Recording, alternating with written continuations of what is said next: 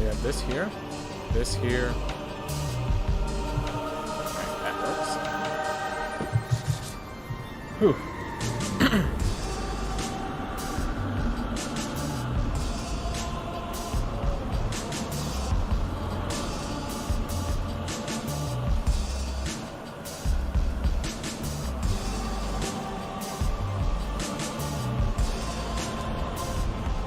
Hey everyone, welcome back to more Rogue Legacy 2 Speedruns. We're just gonna get right into this. 3, 2, 1, go. Alright. Whew. So? I'm just trying to think. What I want to say? Can't really think of anything significant I want to say. I think a lot of these speedruns are going to end up just whoop. Kick off. Got a little lucky there with positioning.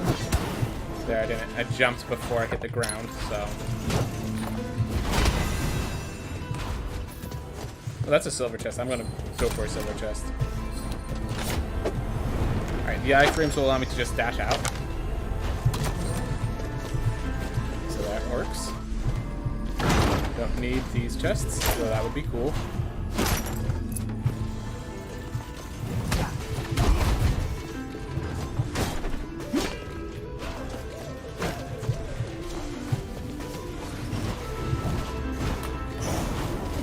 Alright, so we got a leather weapon, which is nice. Basically like the default good item to get. Like, obviously never the best, but never bad.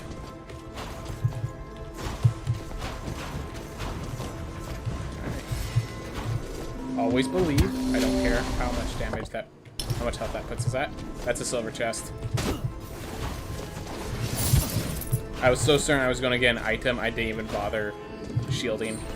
I'm like, I'm going to get an item, it's going to give me iframes. I'm not going to take damage. Now I died in one hit, so that ain't good.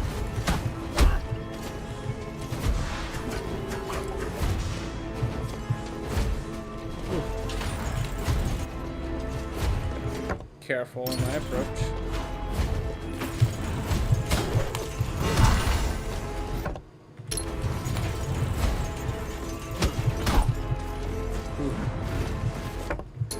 Ooh, thank goodness. Knew it'd be close. I knew it'd be close. 20 health. That's enough health. How's it going, Lambo Droid? Glad to have you here. Glad to have you here. How's your day been? Ooh.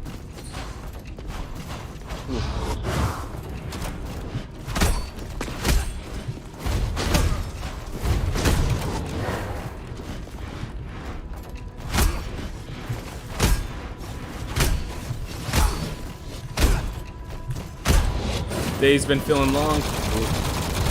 Well, hope it's gonna be over soon.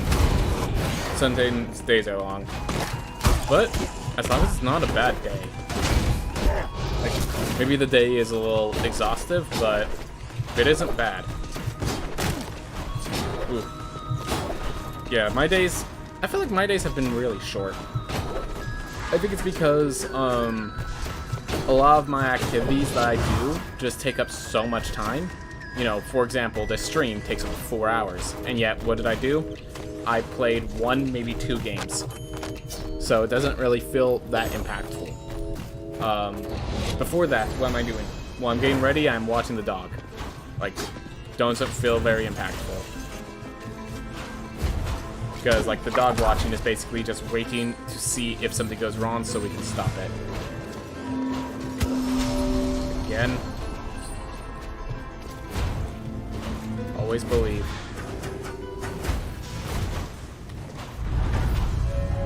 Rewarded as far as I can. Alright. So we're gonna kill a mech, then we have to find our path to the right.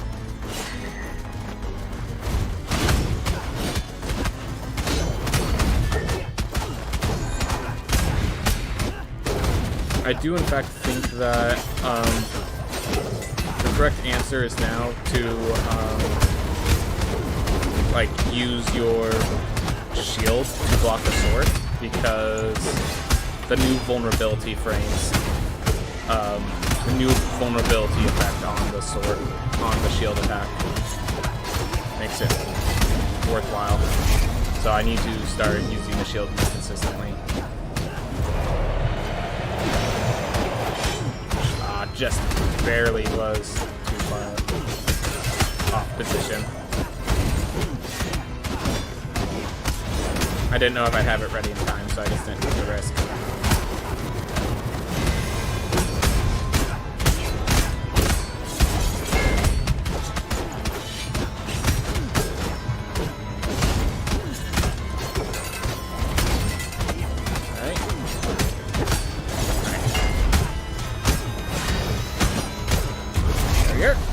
Shield is now a DPS cooldown. Basically, the thing is I'm not used to it like that, or as you can imagine. And it's weird having the cooldown of, when this is off cooldown, you want to dash straight into the enemy. When it's on cooldown, you need to stay away from the enemy. It's a awkward dichotomy. Alright, useless chest. I mean, I guess the chest is probably more useful than the helm at this point because of their changes to armor. You know, that was actually a pretty good castle. That was a good castle. We got 2 apples.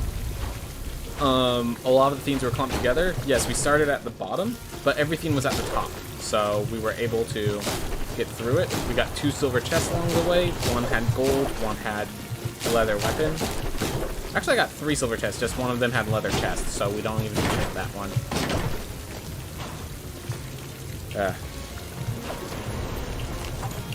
Now that they changed how leather Unity now, instead of giving equip weight, it just gives bonus resolve. Which is good, because that means as you have higher equip weights, you can equip it, you can equip the set early. And therefore get the benefits, even when it's already light, you can equip it and just get plus 20% resolve, bringing you from 200 to 240. So that's awesome.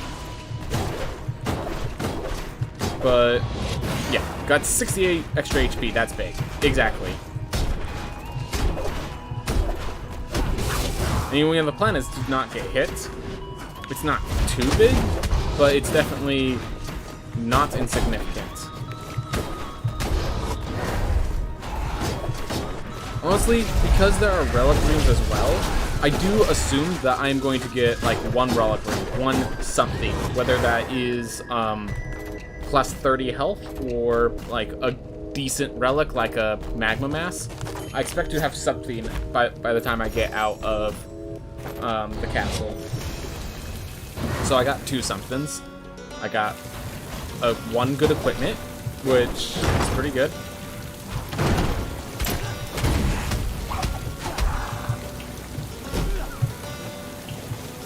Alright.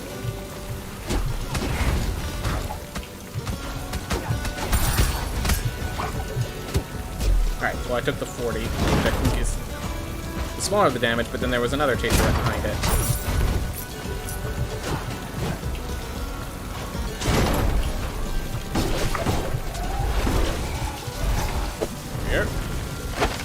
Leather trinket. Okay, so we have a leather set. If equip weight was still a thing, or yeah, if it increased equip weight, so the whole reason you like the leather set in older speedruns is because the leather set would give you, it would allow you the ability to equip if you got lucky enough, it would allow you to equip both the warden weapon and the, gosh, why can't I say it? The Scholar Cape and the Warden Weapon. Like, those 2 were actually too heavy to equip both. And having the leather set would actually basically increase your equip so much that you could have the leather unity and still equip both of those items. But now that increases resolve, it doesn't increase the ability to equip. Which, by all means, that is the correct way. They should be doing it that way. It just makes it worse for speedruns. But, like, you know, this is one of those things where being worse for speedruns is not the issue. That's like non-issue they should be caring about. They should be caring about the general experience.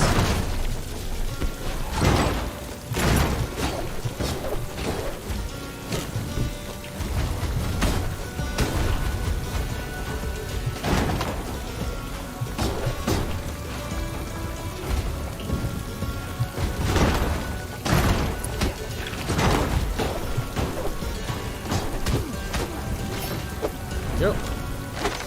Scholar weapon. Alright. Still no capes.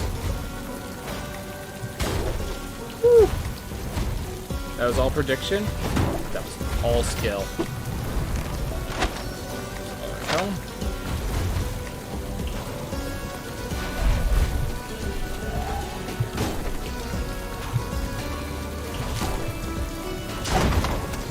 Ooh. Nearly took 40 damage trying to get the 30 health. That would have been funny. For everyone watching, not for me. Well, took the 47 because I actually went to the corner, and the corner did not have as much space to jump as I expected it to have.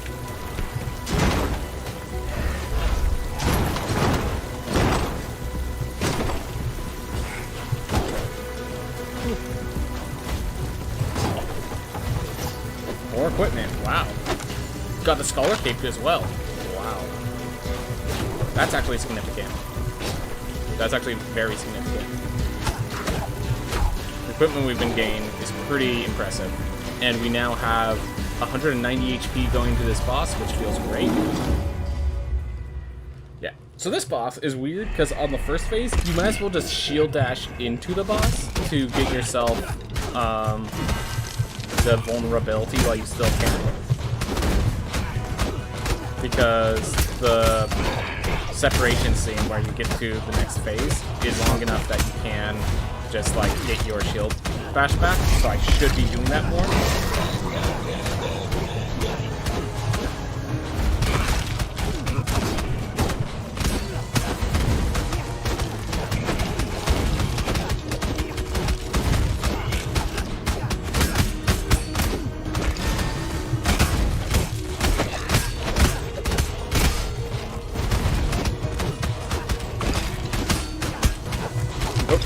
I was about to shield dash that, and then I realized I still have a few seconds on the cooldown.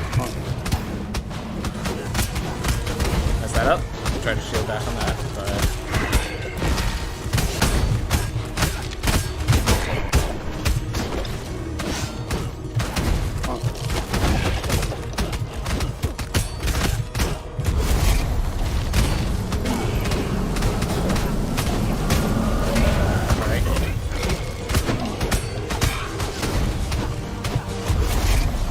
Literally decided to do a shield bash into them as he died. Alright. This is like weird. Because I'm deciding to make these shield dashes early, I'm taking more damage on this fight, but also I'm not taking them when I should be to make it fast. It's like a weird dichotomy I have to deal with. Oh well. And I left my water outside. I'm going out to get it after this run. Not a decision. You don't just go into these hot rooms at the hottest point in the day and not have water with you for extended periods of time. It's not a decision you make. It's a thing of well-being, not of cowardice.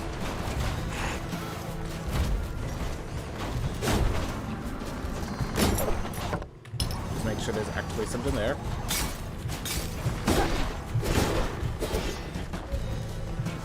Alright. Missing a silver chest. That's unfortunate, but I'm not going all the way back for that.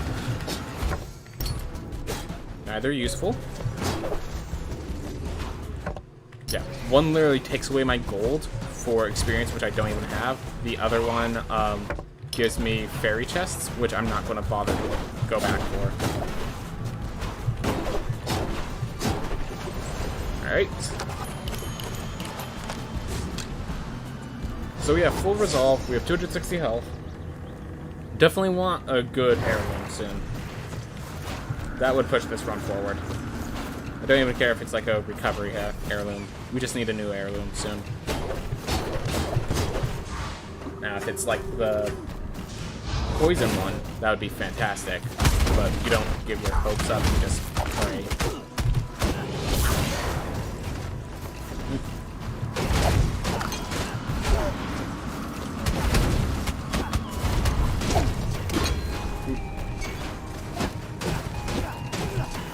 Probably could be using my shield bashes on that fight.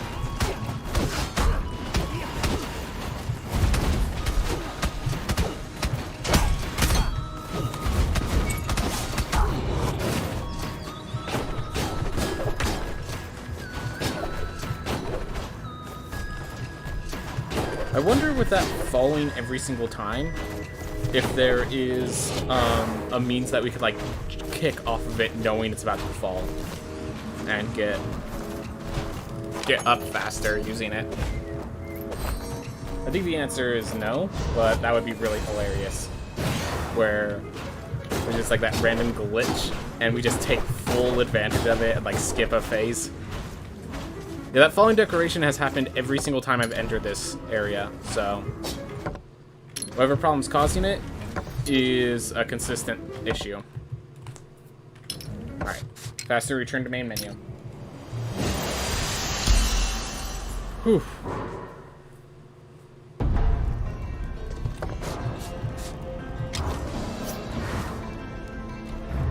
Alright, this time we go up or down. That's our two choices. Down here? Let's try down first.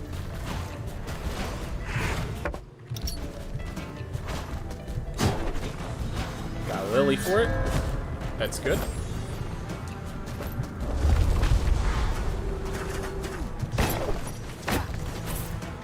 Missed some money, that's okay. Dodge reward, that's good. Alright. Every other path is up here.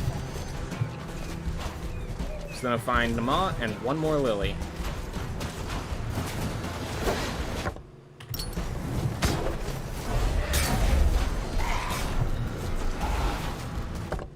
Down to the other lily.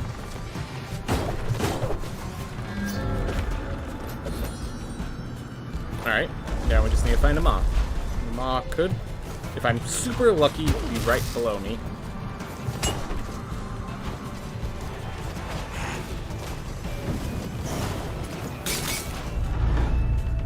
Knew it was possible, so I kept going for it, and it finally happened. We have Nama now. Now, we have no damage buffs, 0, so we're just gonna keep going. Oop, not Sun Tower. Not Sun Tower, we don't have Void Dash for this. I forgot that I never, like, so usually I have the Stygian Study directly next, but I didn't go in there because I didn't need to. It was right next to another teleport, so. Ooh.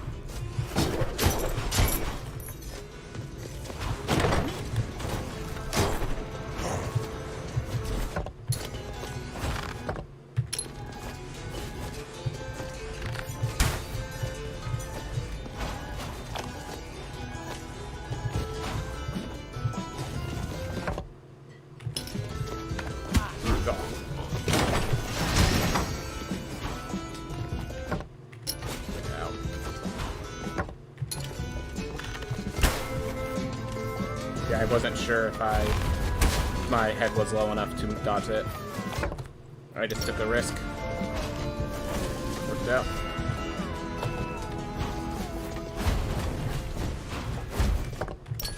Alright, found gong heads.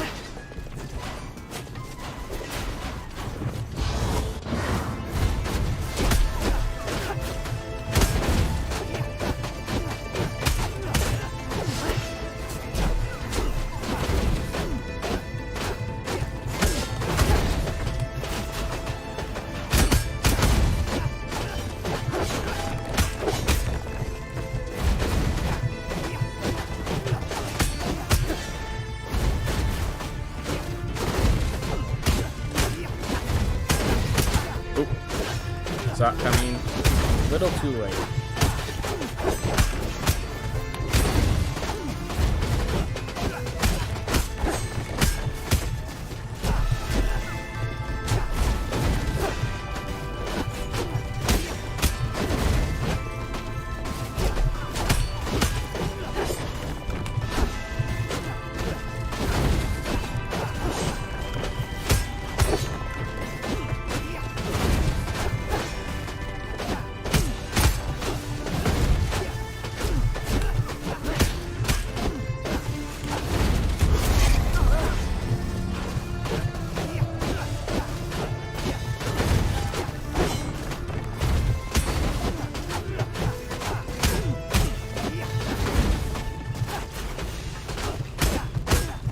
didn't leverage the shield at all. That is a mistake.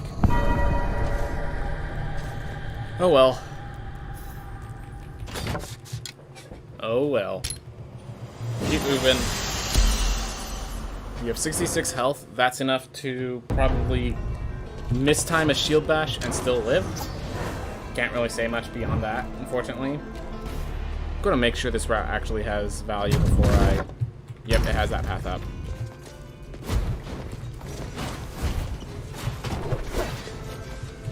Ooh.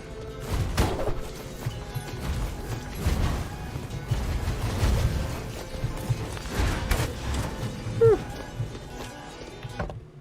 Great. Alright. Well, at least we have now confirmed that route has no value. And we got gone heads. So, combination of the two says that was successful. This life will be successful even if we die here. So how about we just don't die?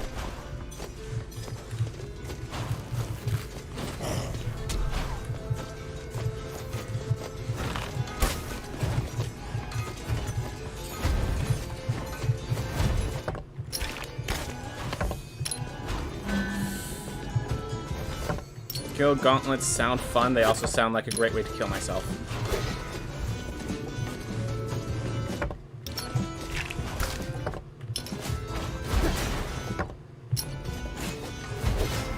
That void ball really charged my head teeth in. 78 damage, not even an option.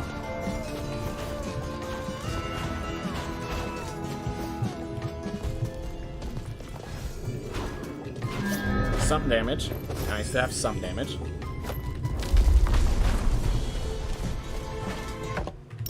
Whatever.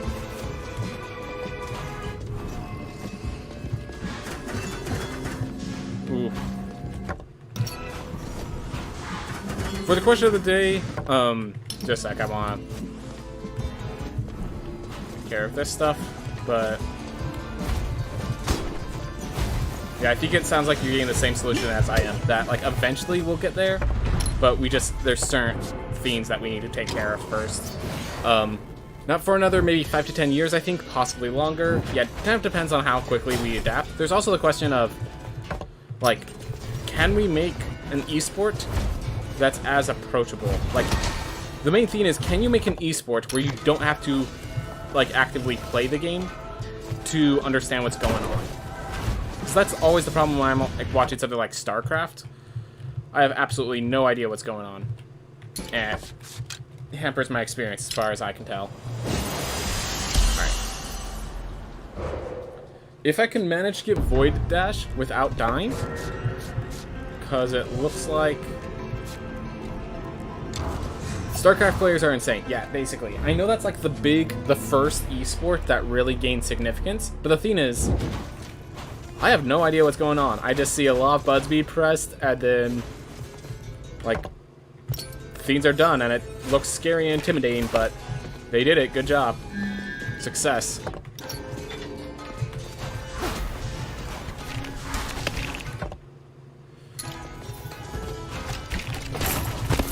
Literally, the last room. We've tried all other paths, I'm pretty sure.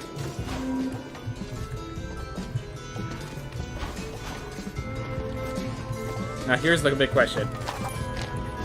Do I grab the apple when I come out to take some damage and end up at 290 health? That's the big question. I think the answer is no. I don't have enough fiends to make that worthwhile.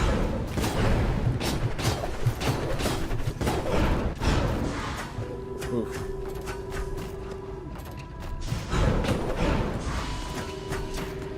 But yeah, it's like the first thing I feel is that you'd have to find an esport that the mass public can, like, understand. Like, that's a problem with a lot of, like, the strategic esports, is that, I mean, I guess poker's also pretty complex, and a lot of people don't understand the inner machinations of what's going on with poker, but Like, I guess that's one of the themes. You could just, like, pick up poker a lot easier than you could just pick up StarCraft. Or at least that feels that way to me. Like, you could end up in the table, gain scammed, but, like, gain lucky and gain the win. Getting, like, a really good hand and... I don't know. I'm not a person who watches poker. I just know poker's also a big theme. Not as big as, like, an actual sport, of course. I don't think poker's on the level of, like, football or basketball, obviously. Football's been going downhill recently, actually. So, American football, at the very least. There's been a lot of...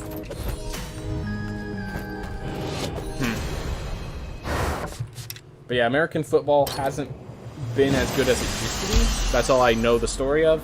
I know it's not as popular as it used to be. The last one I watched was the one where the Eagles won. So, I think that was like 4 years ago, 5 years ago? Like, that was a great game, but that was also because my dad was there to explain what was going on. Otherwise, it would just be a game. I would watch it for commercials. Because, yeah, in case you're wondering, there's actually a tradition that when the Super Bowl happens, all the commercial slots are bought by companies who try to do the funniest, like, most comedic commercials they can. So, like, what ends up happening is the commercial airing is basically like a comedy show between the game. Ends up being really... So, like, basically, it's like the guys who really care about the sport are hyped out while the game's going, and then they come call us in when the commercials happen so we can watch all these funny commercials.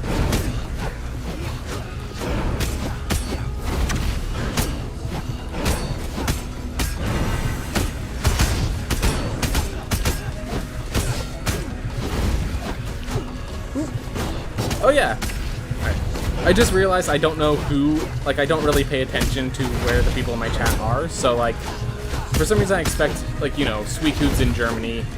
I have quite a few people in my chat who are in different countries, so I try to explain it, but yeah, Super Bowl commercials are, like, the reason that people even, like, there are people who just care about the commercials. They don't even watch the game. But have they even been doing that recently? I feel like the last year I enjoyed watching, they weren't even doing it. They weren't even doing it. And by the way, in case anyone noticed, yes, I have decided I'm going to go to Sun Tower first and try to leverage this 260 health, gain up the stairs, instead of leveraging it to try to kill a boss. So I could try to get through quickly instead of killing a boss slowly. So I have to go up here. I didn't know if that hitbox was gonna hit me.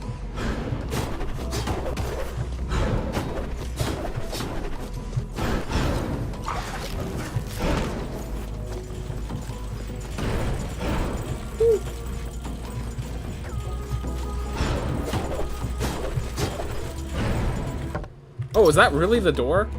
I just assumed that it would go higher. Wow.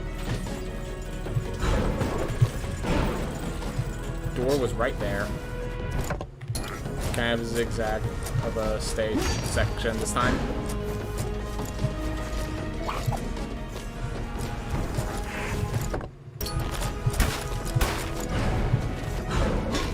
Go. Alright, I know I'm being it too.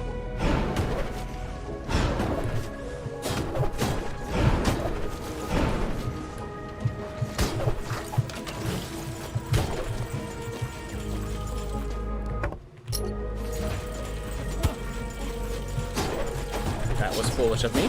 Oh well. There's a path up. Just good to know where you're routing towards.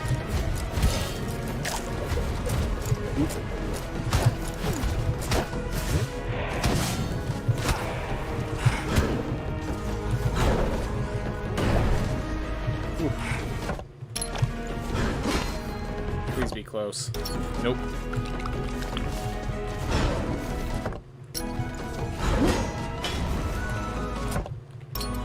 This one just goes a little higher.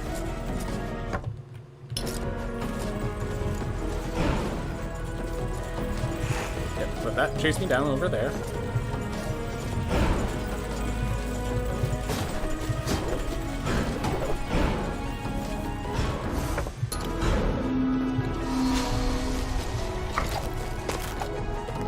bit more health, and we've reached the final floor.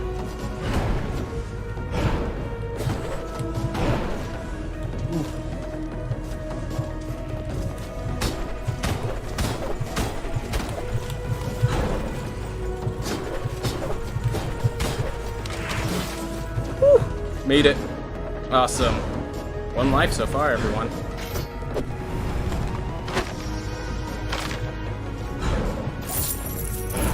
You know what? Of the bosses to fight, this is basically the same as the other bosses. Definitely the slowest fight, though. But I'm already in it, but basically getting 2-shot by everything anyways. I guess I get 3-shot from the Maw, so... Could have done the Maw first. That was probably the correct route. But, oh well, I've taken this route. Let's take it through to its logical conclusion.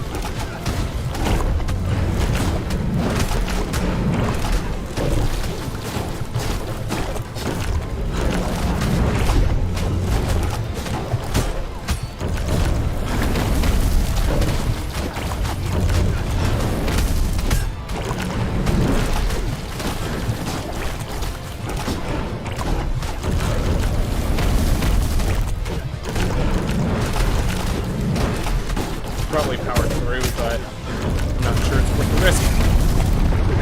Oh my gosh.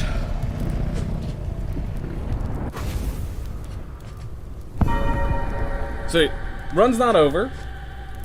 We just definitely changed the route up a bit. Okay. Okay. Okay. You clip the useful charite? I think that's a good idea. Yeah, so the charites are... I actually enjoy the charites because of that. If you get the right position, charites can actually be great. As exhibited there. So let's see. My high school is very big on football. And me being... gotta get into the heirloom before I read. Me being in the band, I had to go to every game, so I know quite a few rules. Probably the only reason I semi-enjoy watching football. I have quite a few friends. So in high school, not only do I have friends in the band, I actually had friends in football. So kind of long story, but turns out that there are quite a few people who are nerds who just happen to be really strong and enjoy being like linebackers and stuff like that for football. Like, what was it? The guy who actually had the nickname the Kraken because he would just like they would just release him and he just charge and like basically take out the quarterback from like it took like 3 people on the front line to stop him, sort of thing. So it was called the Kraken. He also had like he would just like show up at the library every once in a while to play Magic with us. Like he's just a cool dude that happened to be really strong and big. Then there's like some other people that like I was friends with back in my old school because that school didn't exactly have all the best people, so the good amongst us were always looking for birds of a feather, even if we don't have similar hobbies. It's like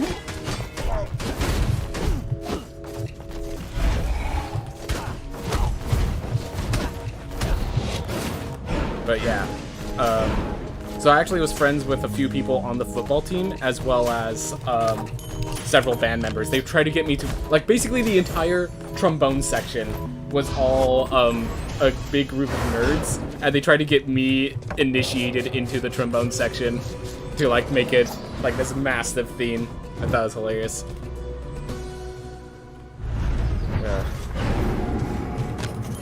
Alright.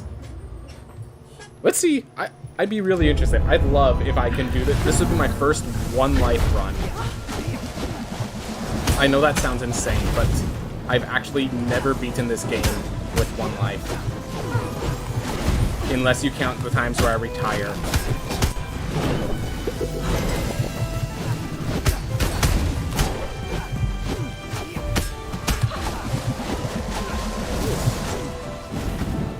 Because like I have times where I retire and immediately retire immediately and then I proceed to beat the game with that life. But this will be my first time I don't retire at all. But I just 1 life run technically.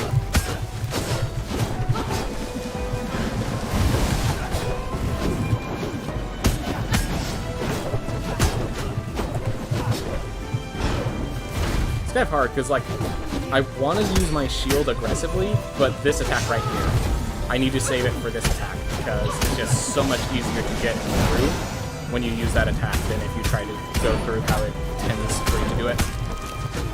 So much easier, so much faster. Yeah, it's going to, like, that shield batch is going to split, so it should be fine.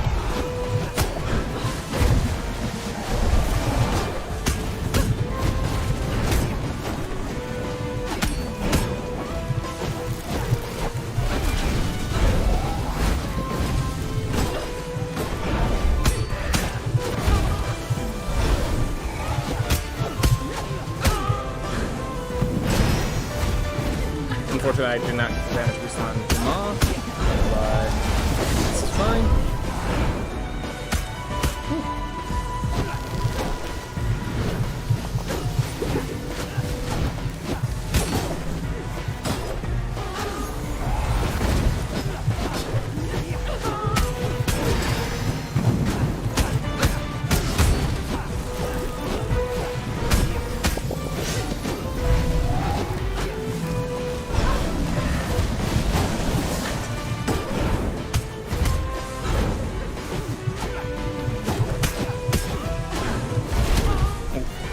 Well, 1 hit on the Maw. I guess you can set that.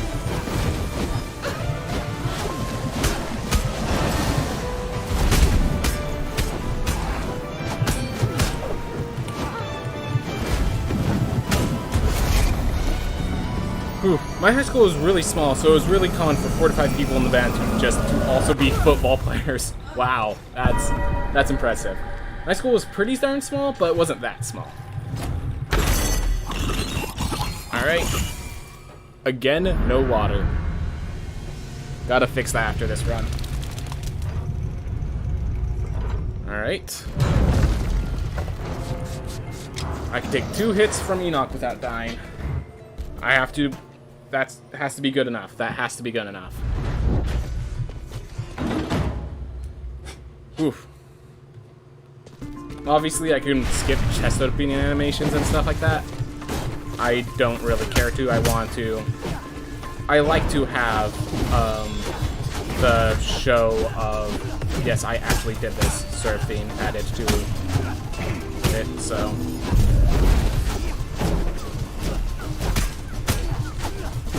Alright. This is where we'll use the shield. And it was a mistake, apparently, because now we have to deal with this. But we managed, so maybe it was a mistake.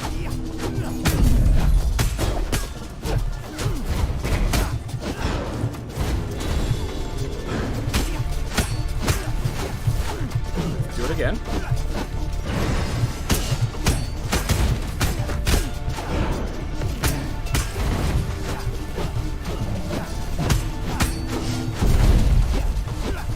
Jump because I knew there was one through the floor. I didn't want hitting me. Yes, I threw a fireball just to destroy that chaser. Don't judge.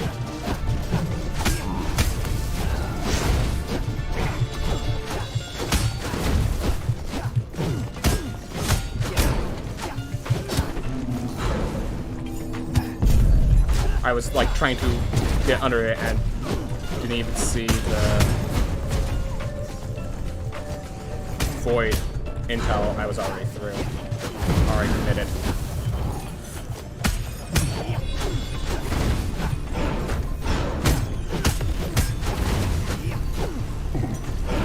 Dash on through if we have to.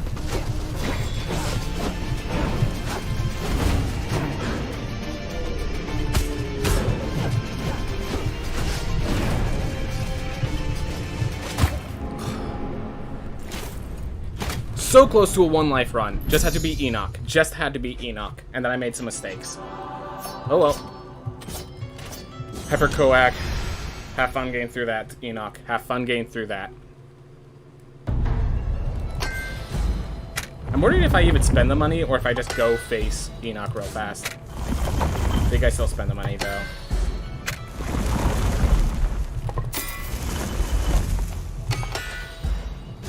Oh yeah, I have to buy Architect. I have to buy Architect. Very glad I chose to spend the money then.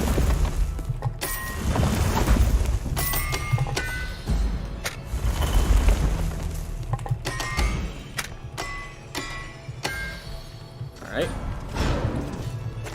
And we're just going to spend this last 2,000 just equipping the best stuff I can. Don't even care.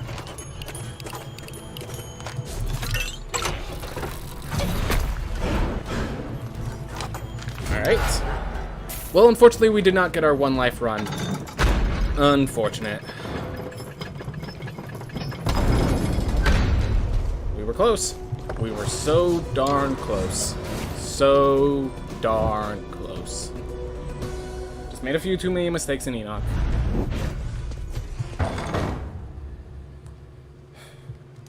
Oh well. Now let's go.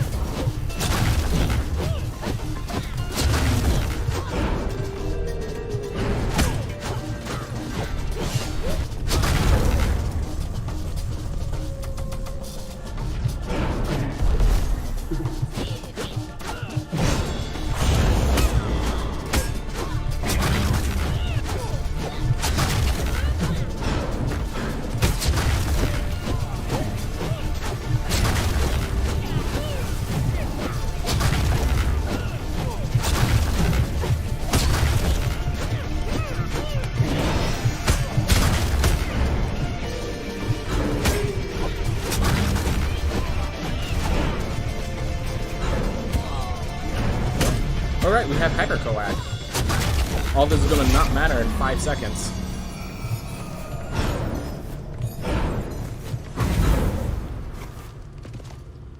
Whew. Alright.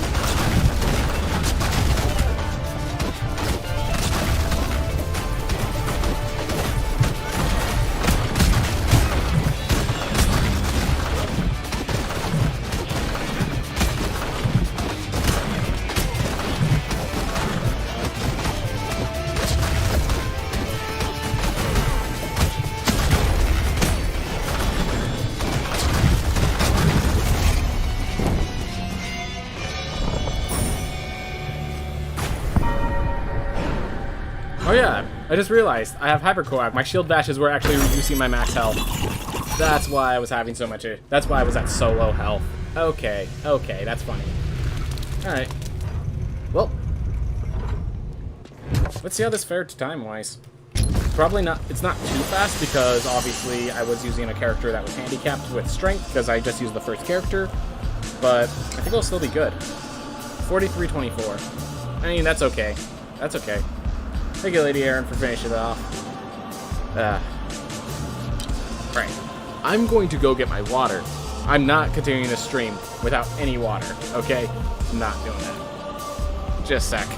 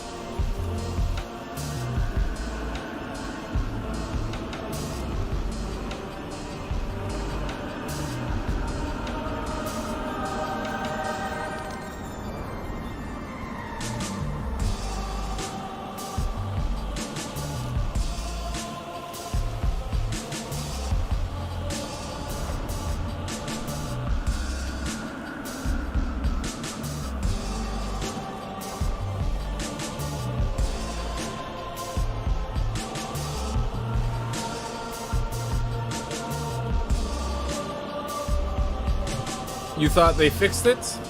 It's possible they fixed it and I just really took that much damage to reduce my health that low. But it didn't look like it. Like, I did not think I took so many hits from Enoch that I'd get 94 health. And I definitely was using a lot of shield blocks. Maybe I wasn't perfect blocking? I can go back and watch it later. We can go back and watch it later. Anyways, 3, 2, 1, go.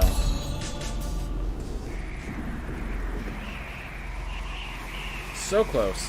We were so close to a 0 lives lost first character finish. Oh well, now we do the other thing.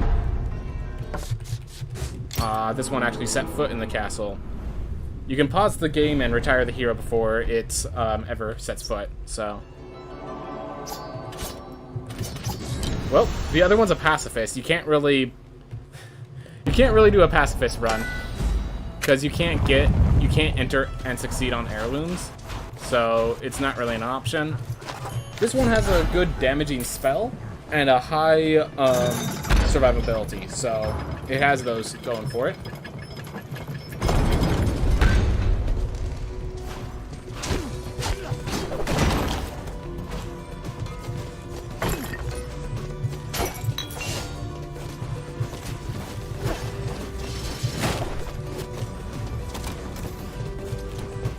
Oh, this is just a chest.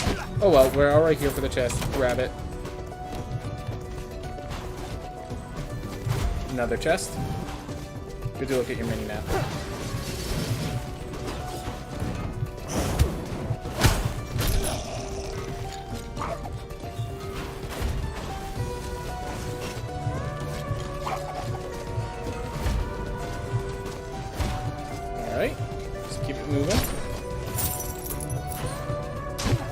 not sure if this spell is better than Fireball, honestly. Like, maybe? Like, as long as you land the hits, it's probably better, but... And, like, I can hit the hits pretty often, but it's not like a hyper-significant thing. It's not the difference between Fireball and Flame Barrier. It's just, like, I think it's better because it, you know, it's single target damage. I can just spam it where I can't do that with Fireball, but...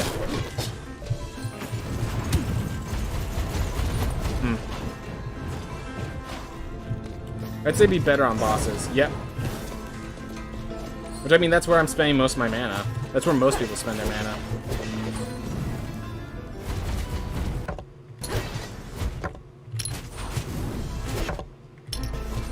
Ooh. Alright, we found the other exit. Just use that, get through. But less consistent for room clear? Yep. But, like, room clear doesn't happen too often in speedruns. In case you're wondering, I was trying to bounce that off the wall above, but I let go of the up arrow key while I was still doing it, so... Honestly, could have teleported back to the entrance. That wouldn't have been a bad idea.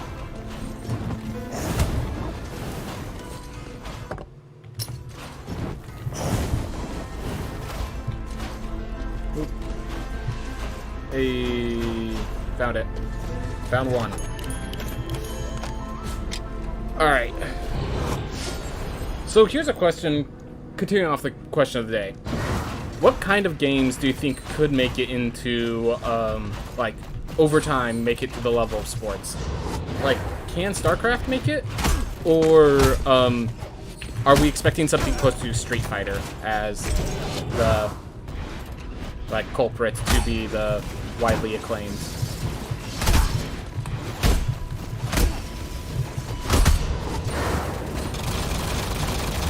And, like, because, like, I do like fighting games. I do think that one of the benefits of watching Street Fighter just recently with Evo is that Street Fighter is slow enough and, like, well-known enough that I can watch it without, like, playing much Street Fighter myself and know what's going on, know how the mind games are working. There's only so many options, but it's a very, like, intricate detail of the options and the combo perfection, like, that sort of stuff.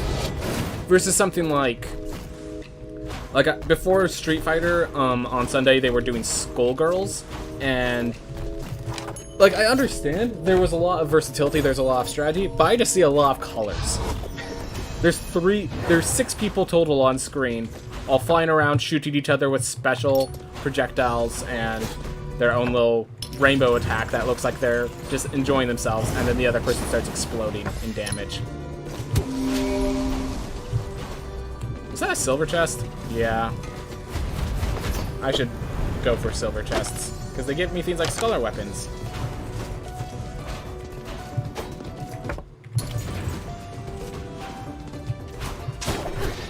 Oop.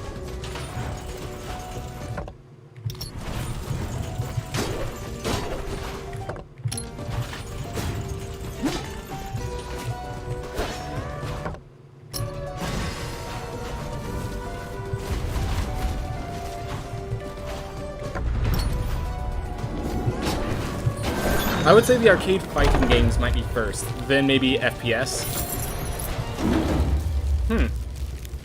I could see that. Yeah, I could see that.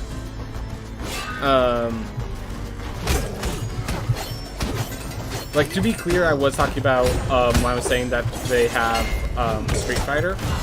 I was talking about, technically, Street Fighter, 5, but I think, like, it's close enough to the arcade style, and I do know that,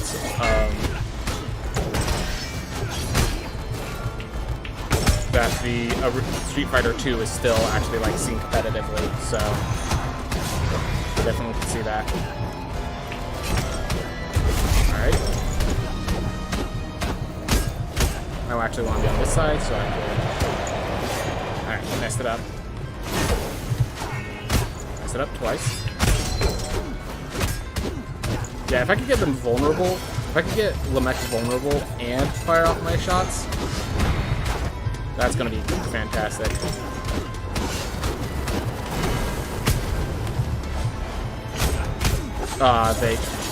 Lamech left too fast for me to bounce it off the wall before it hit Lamech.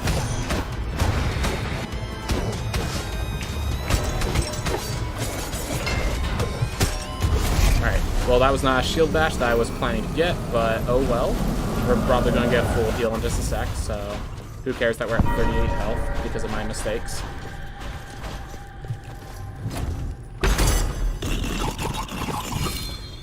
Alright. Whew.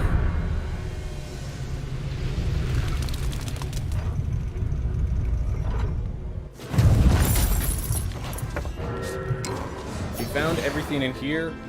We got one apple, and the Hyperion's Ring is technically from our character life, but I'll count that as a successful one since we didn't break it. Alright.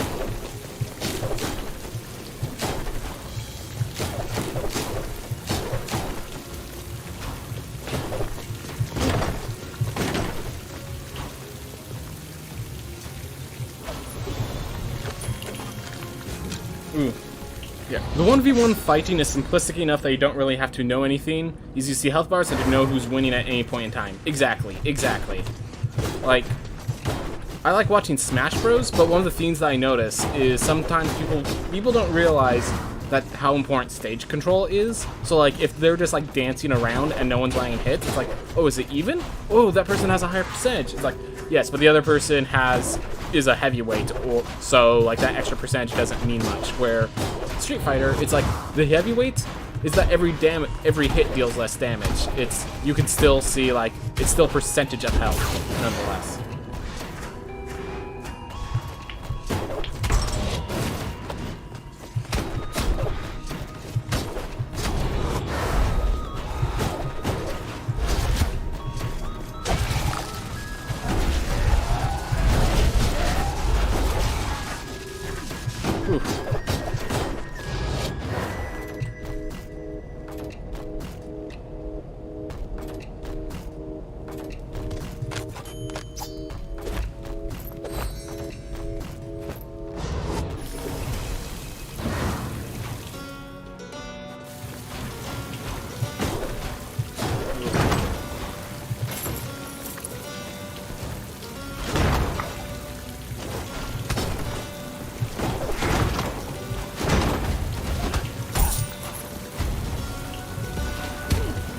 Wow, that was beautiful.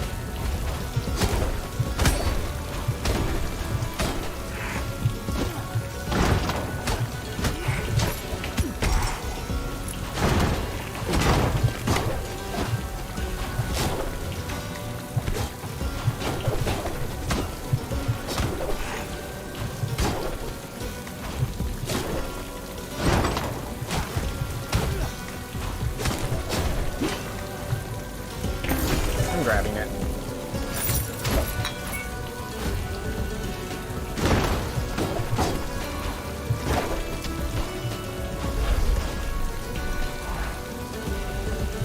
Ooh.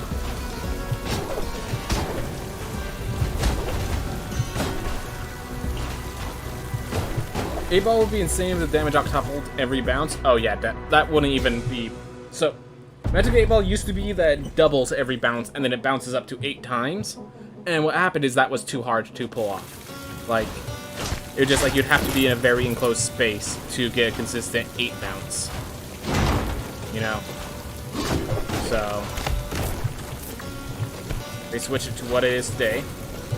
And, yeah. It's not meant to be dealing much more damage.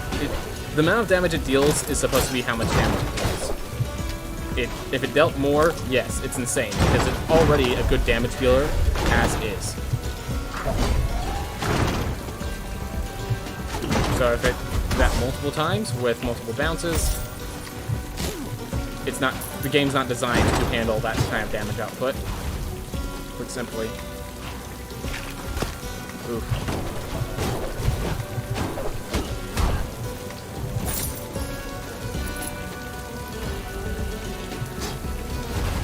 Got kind of lucky on my landing. Not gonna deny that.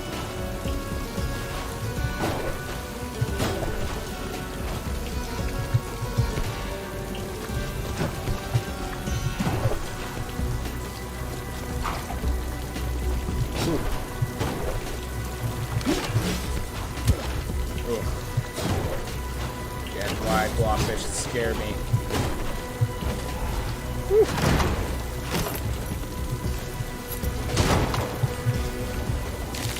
Just doing that to clear those out. Get through safely.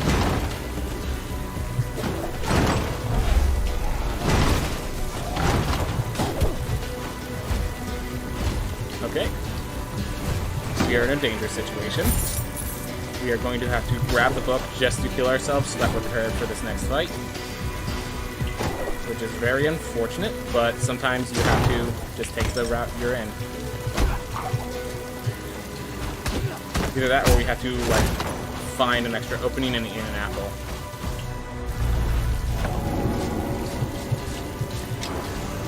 It's funny to see you instinctively spin kick at the bottom of the fall. Yep. I mean, it's strategy.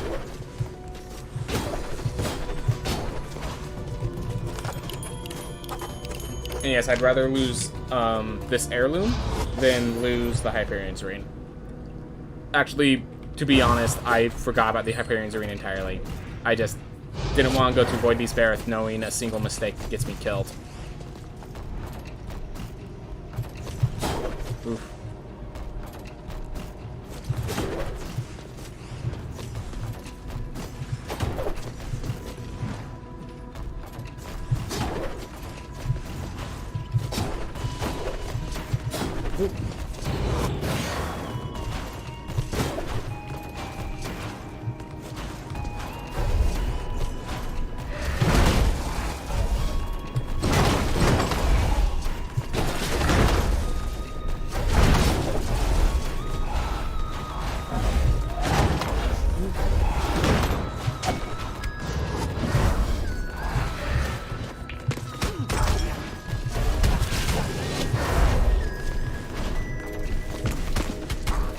I have no magic boost, so I just have to do it this way.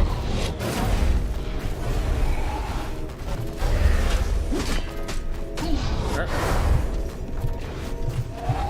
Ah. Came out in time.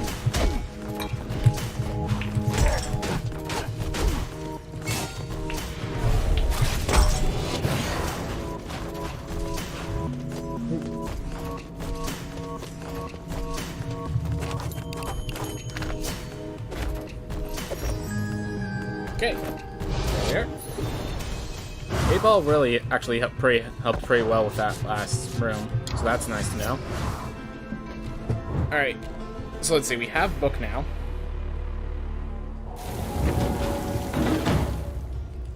I'm trying to think what else I can grab.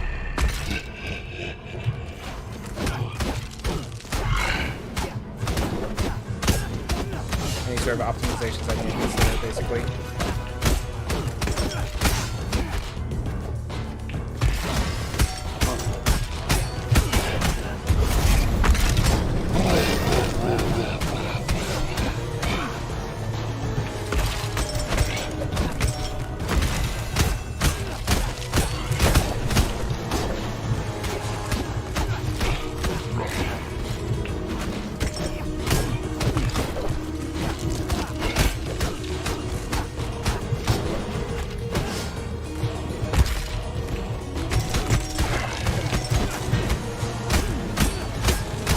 What I was trying to do was throw the balls and then use the shield bash, but I mistimed it a bit.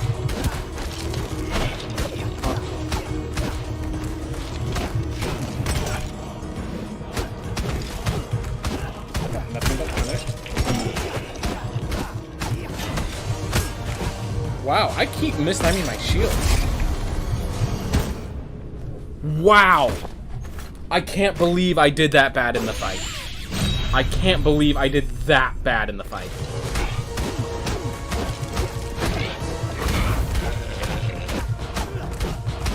I cannot believe I did that bad in the fight. And how can I not time these shields properly?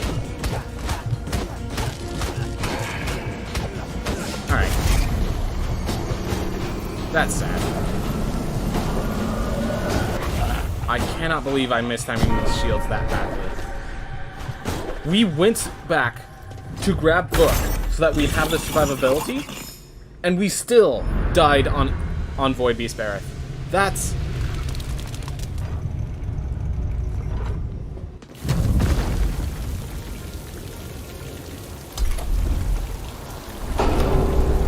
I'm getting rehydrated.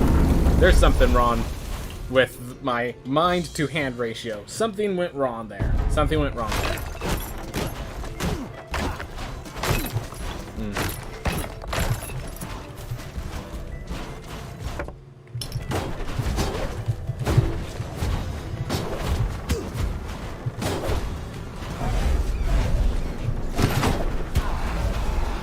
Whoa, nearly dead again.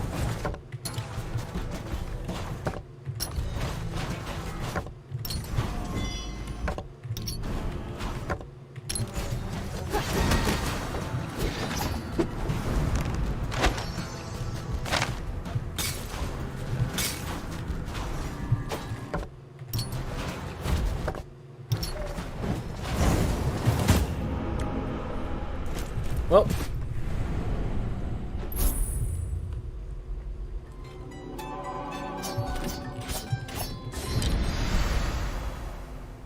I just saw cartographer. I literally didn't look at anything else. But yeah, we just had a character with Hyperion's Ring to give them greater survivability. They died sooner than most.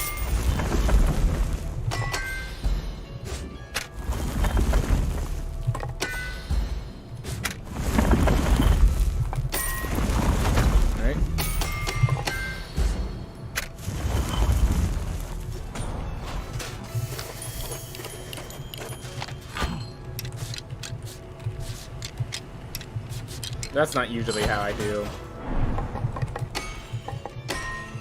Scholar weapon, leather cape instead of leather weapon, scholar cape. Oh well. Still working. We have resolve. Alright. Let's go clear out Far Shores. Use the map to go clear out Study and Study. No, move through. Whew. Alright. So down is Lamech, or down is Nama. And the path I was going, I just needed to go up, and we would have found our way to Book.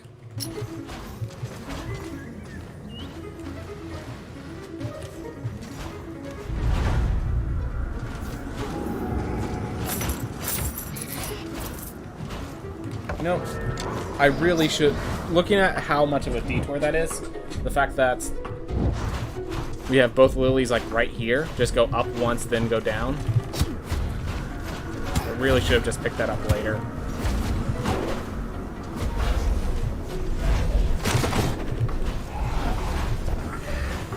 Oh, glitch is happening again. Anyone else notice the map? I mean, I appreciate it, but it's cheating.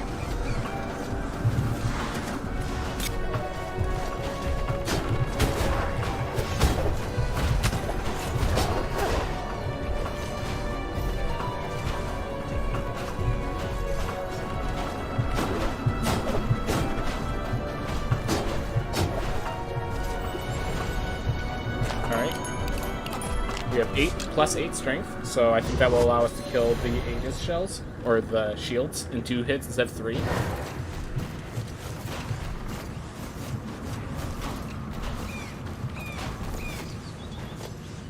It's Prismatic Spectrum. I'm just trying to think what fights I can use it in.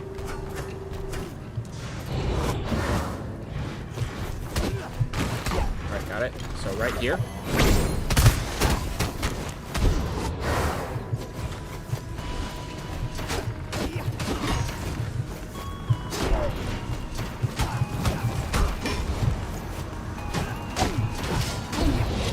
Use it in this one here, probably.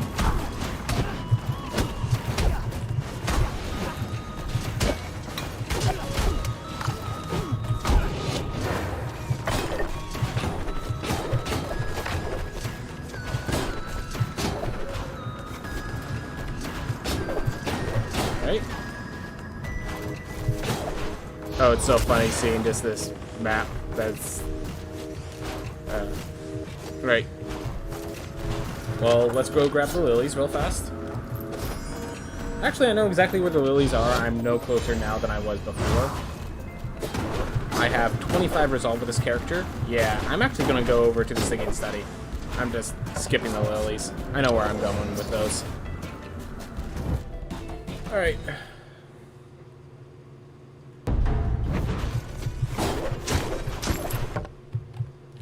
Alright. Up, right.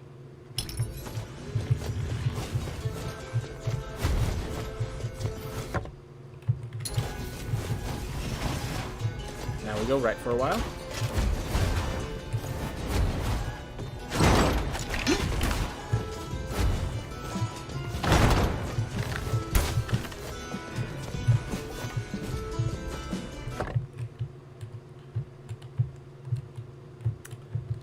There's no teleports over here. But I don't want to spend this now.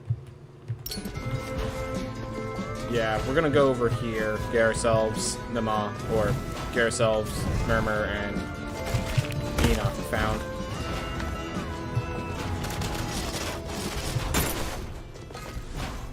Or Gomheads. That's what I meant, not Enoch. Alright, there's Enoch. I can actually fight here to leverage the health.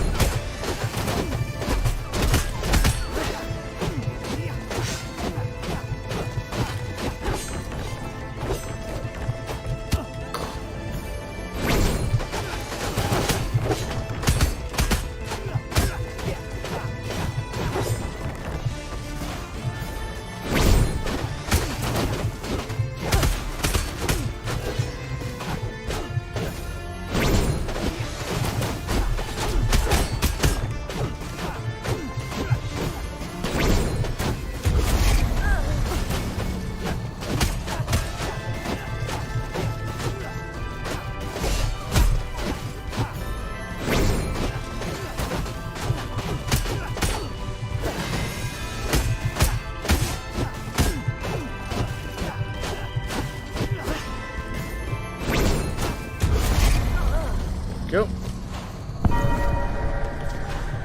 That dealt 94 damage, so even less. Alright.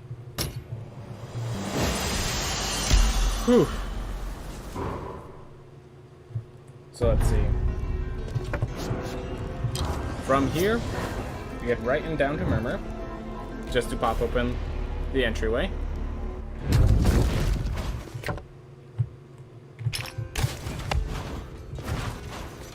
Down from here. I'm going into the corner. There's no possible way I can still get hit by an enemy. Unless there's an enemy hiding in the corner specifically.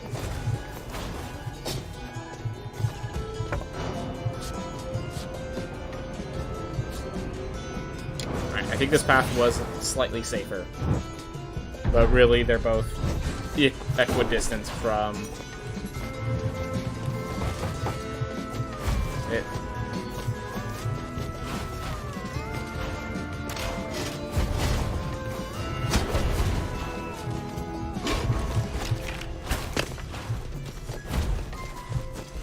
Yep, it's correct about this being a safer path. Almost want to pick up that apple just to get myself increased max health. And with this, I have all my insights, so I'm gonna go grab Enoch as the place, and then I'm gonna have to go through Sun Tower with this character. I need to. This character's at high enough level. They have high enough strength. We need to, from here, I'm having problems finding words. From here, we need to just map out the world so that if something goes wrong, we have a character that knows where they're going.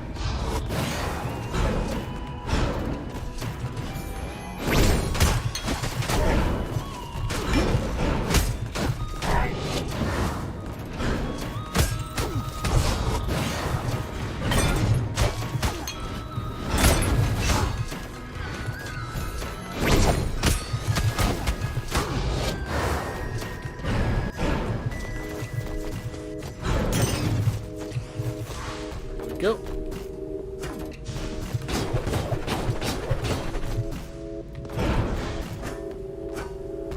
Whew.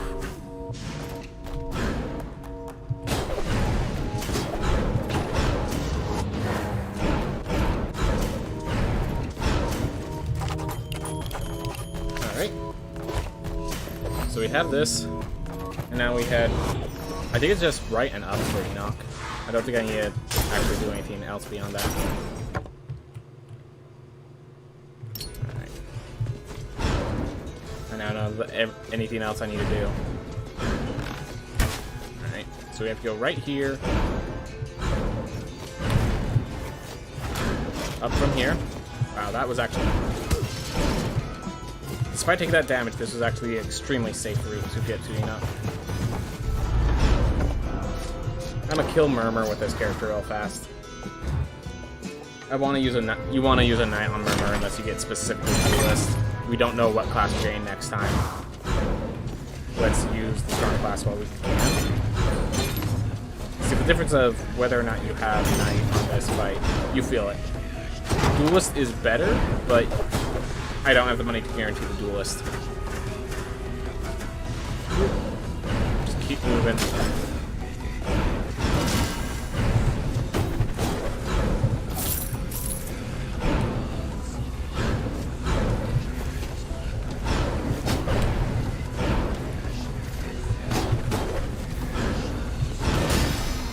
I wasn't sure if it was charged up enough. I just assumed at this point that would have recovered.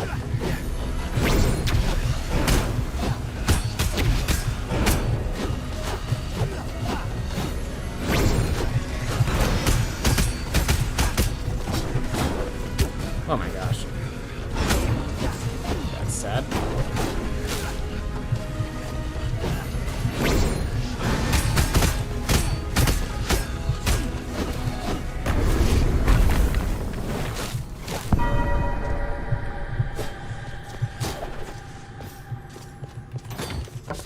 Alright, so we have those ones opened up.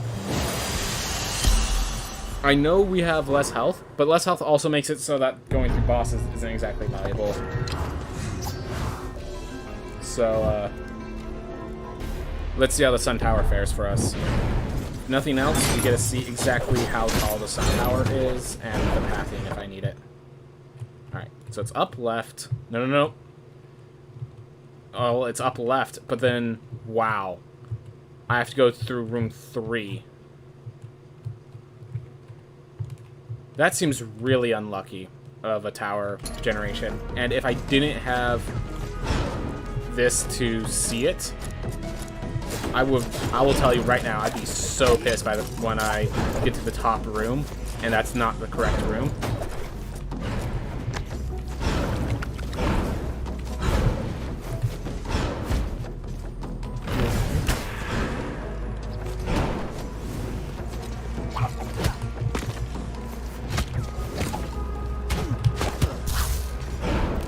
Should have just shield bashed through, oh well.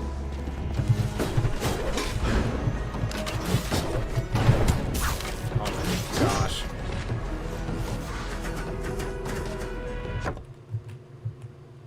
Question mark technically gets me there. Picking it up, I don't care.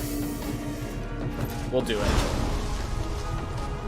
Not sure if we can, but we're doing it anyways.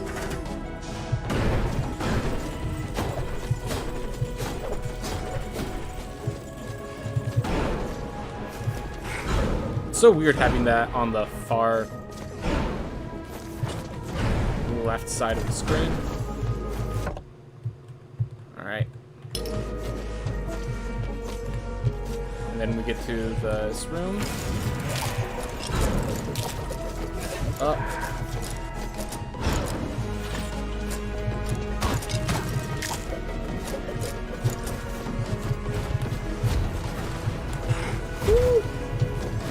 Very sure we're dead in one hit, so very glad I managed that. And we're dead in one hit no matter what boss we face. So let's pick up the boss that is harder to kill.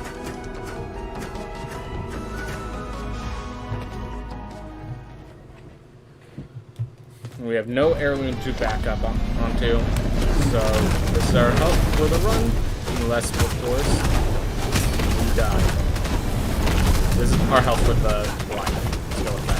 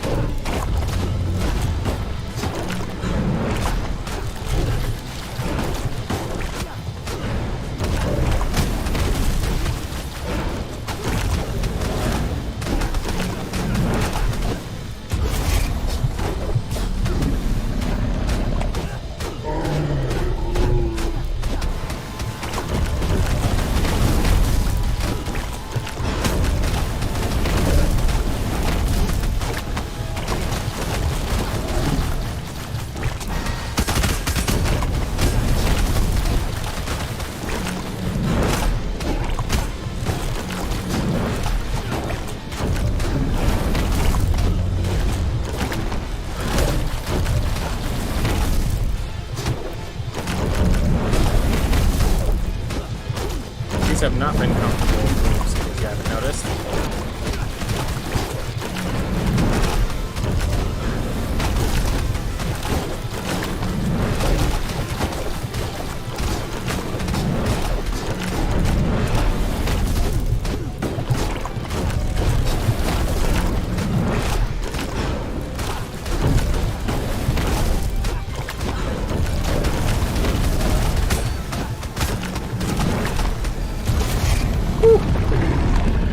Pretty sure that esports won't be big of hype like Super Bowl in USA or soccer in EU, but the age group that watches it may be getting older and bigger. It depends on how long the game will be supported and how much it diverges from what the audience plays. Yep. I'm actually going to return to main menu after getting that gold. But, yeah. The thing, that's why we were talking about probably the first game that's going to see competitive play is probably Street Fighter. Like Street Fighter 2, the one that... Or there's like one of the Street Fighter 2s. There's like a bunch of different versions of Street Fighter 2. The one that still sees play is probably going to be how the first one to get big. That, like, StarCraft was another one, but I feel that StarCraft, one of the differences is you can watch Street Fighter and never play it and get the basics of what's going on. You can understand at least the very basics of what's going on. I cannot understand StarCraft when I watch it. I'm pretty sure there are people who have played StarCraft, tried to get into it, and can't understand StarCraft, and that's what got them out of StarCraft, so... While StarCraft is probably more developed as an esport, it's not as approachable as a game. Oh yes, they keep giving me the good attacks. I appreciate it.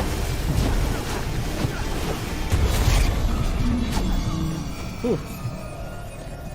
If the rules of games stay the same for years, it can gather a large amount of audience like chess, where everyone knows the basic rules and may relate to like how everyone...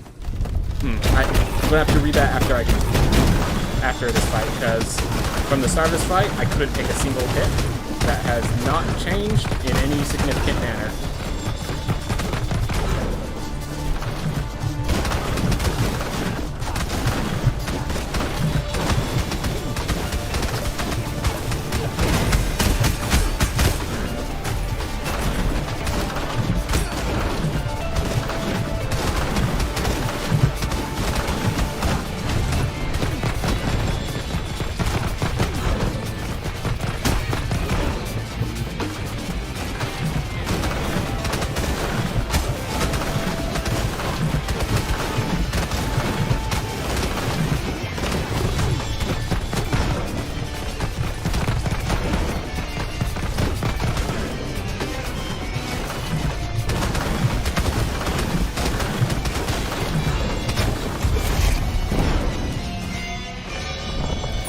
Go.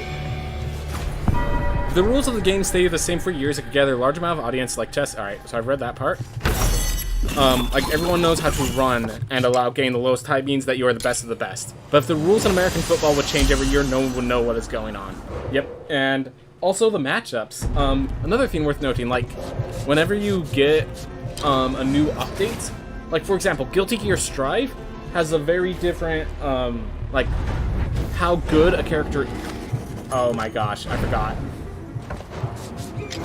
How good a character is in Guilty Gear Strive is different than how good a character is in Guilty Gear XRD. So like even knowing like the game in a different version, it's like it's different. So that's also a thing. Card games, MOBAs, most RTS games, I don't see getting very big because of that. Makes sense. Ooh. Yeah, basically, for a game to be, I feel like for a game to become a big esport, it has to be one of those games that survives in the competitive scene for like let's put it this way. For it to survive in the competitive scene, it has to survive for 2 decades. How many games have been around for 2 decades already? maybe it's 3 decades. So, but a certain amount of decades have to pass while the game is alive. And since a lot of games haven't lived for that many decades.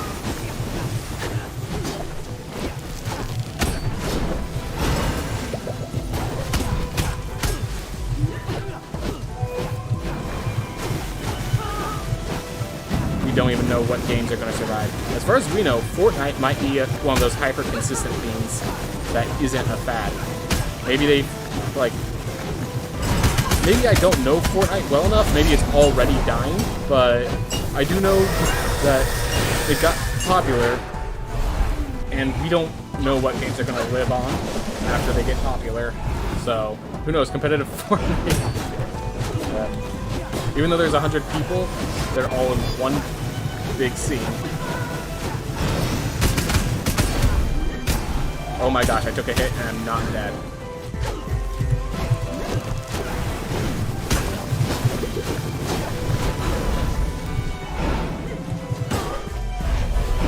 Okay, thank goodness, because they have changed it so that the nightmares attack you if you're just holding down Blaze Fellow.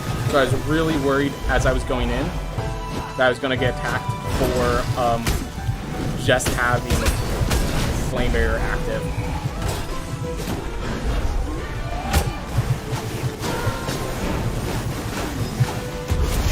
Well, this character pulled it off. With their health pool, they killed all 3 of the bosses. I think the same. Their ability to game balance is changing constantly, so you can't get back to watching the same game after a longer break. Yep. Like Magic the Gathering, once you jump into Magic the Gathering, like I would fall out of Magic the Gathering, and then every few years I jump back in to see what it's like, and it's always a completely different game. It's always a completely different game. 3651. 3651. That's a pretty nice run. Huh.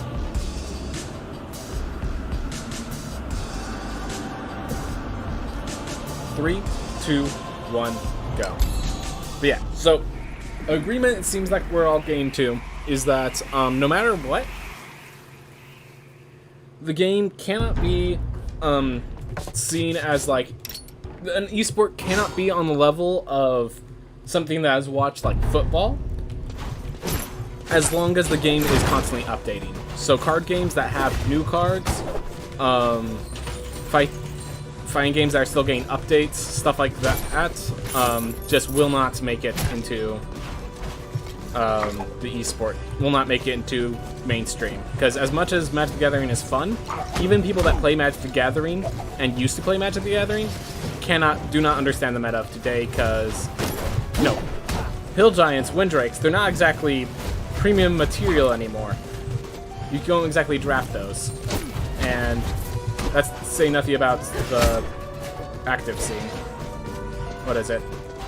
Ophidian, I think, is the name of the card. That, like, they gave the example of... So Ophidian's like a 3-mana 1/3 that if it attacks and isn't blocked, you can, instead of dealing damage, draw a card. And so now we have, like, Soul Knife Spy, which is a kind of bad card, which is just Ophidian, except with a better stat line. So, like, those things the meta just changes so drastically in those games. And then, yeah, even if, like, in a fighting game, they're getting patches and updates. I think, so the whole thing is I was actually watching a conversation about the esports being addressed in the Olympics. And basically one of the main themes is that the Olympics, every sport, is defined properly by a committee, where in esports, every game is defined by the company that owns the rights to the games. And that is a very different set of desires, of demands. Like, it's a very different system. So, one of these is like, no game of today is going to make it into Olympics, because just like the way that the committees work for Olympics, it does not work for being a developer. And just, unless you are like legitimately designing your game, like you are working with the Olympics to make your game designed for the Olympics, it doesn't make sense to do that. You can't like build a good game and then have it be good for the Olympics. You have to build a game with the intent of being for the Olympics, and that doesn't exactly end up well, or at least very rarely does it. Like, if that happens, it's because someone else like rebuilt your game since the licensing ended, and they built it for the Olympics because they already knew it was a good game. Like, so basically it was just a long video explaining that no, we're not getting esports in Olympics. There's just a few hurdles that, like, not anytime soon, not with any game we care about. Ugh.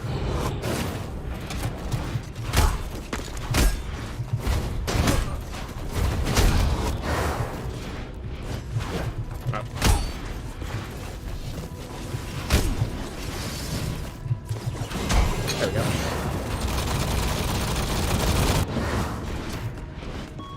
Oh, only have one fireball. That's unfortunate.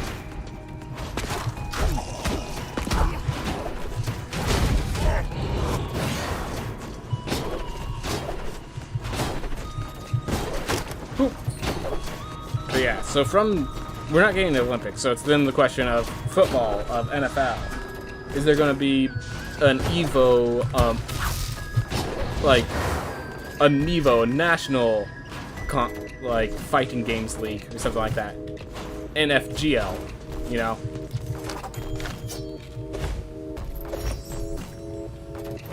I used to watch League of Legends when the game had maybe 60 or 70 champions, and now this game has over double that. Yeah, exactly. Exactly.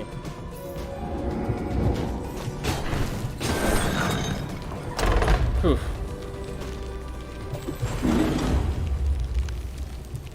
I used to be really interested in Hearthstone back when the classic set was out.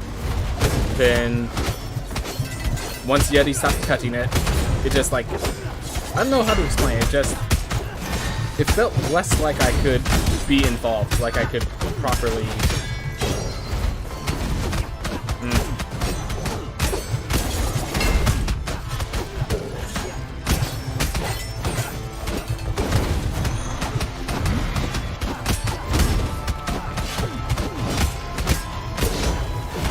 Supposed to be leveraging my health to deal more damage to a mech, but I'm just not used to leveraging my health the way I need to. Wasn't close enough to a mech that time.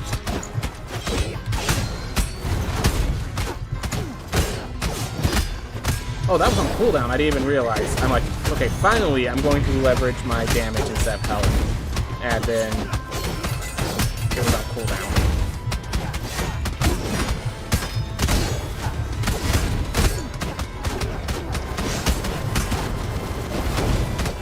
I don't care. Take the damage. Alright, so they do a new theme that all projectiles disappear when the boss is killed. So we don't even have to care about that.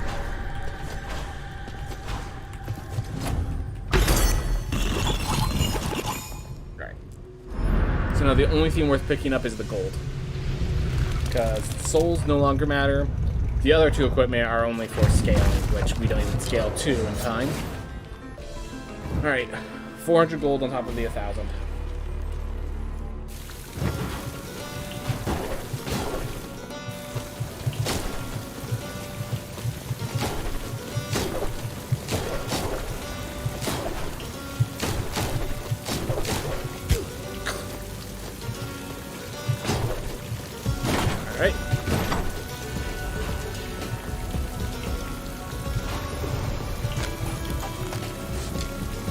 Whew.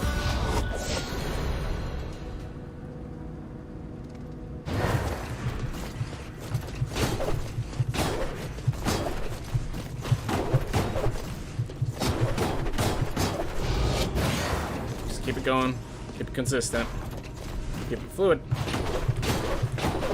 Ooh.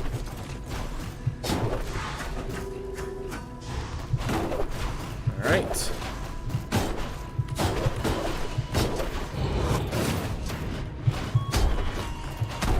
So I will also say that like a big theme of seeing mainstream is also commentary. There's a whole thing. The Heroes of the Storm, they had like a big tournament, and I remember I didn't play much Heroes of the Storm, but because the commentary, like I know what the game is, and so I was able to follow along the basic concept. But the commentary was strong enough for me to understand what was going on and actually follow along with the plays. And like I had to watch it muted for whatever reason. I remember that the game that I watched muted, I was completely clueless. I had no idea who was winning, who was losing, why they were making the decisions they were. None of that. And it's just like, it's impressive how much how valuable commentary can be. Especially in video games where you probably played at least a little basketball in your, even if you're not going to play it competitively or anything like that. There are people who have definitely never played League. I do not intend to because I hear of the toxicity and I don't want to get involved in that. I hear it takes a long time for each game, and I'm not looking for that kind of commitment with a group of people that could be as toxic as can be allowed.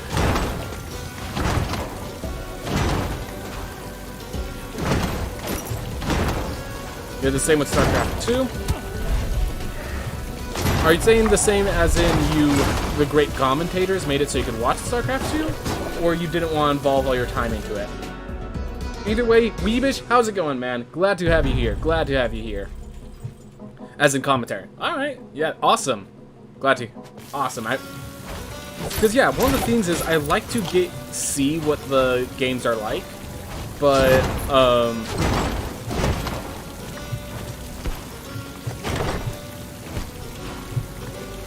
like, what was it?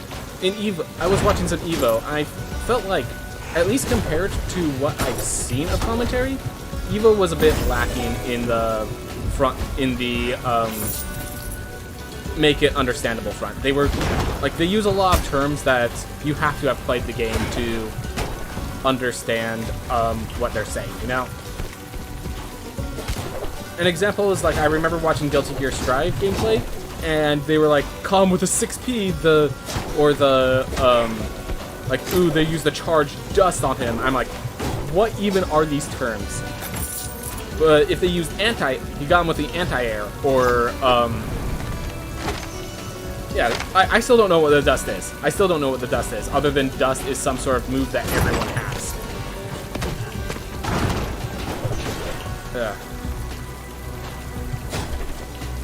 And, like, I'm not sure they can really explain that, but, like, I feel like a lot of those games could actually be improved by just taking a little time before the match starts to, like, explain what each person's probably looking for. Like, oh, this is a zoner versus a rushdown character. You can literally just figure out who's winning by how close the two characters are to each other. That sort of stuff, like, I think goes a long way. And, like, the problem is, EVO, they know they're talking to other people who have played the game. They don't, so like, as someone who's trying to get into it, it's really hard for me to enjoy the matches as much as I can. Like, I can stay for the hype, but there's certain things I just don't get.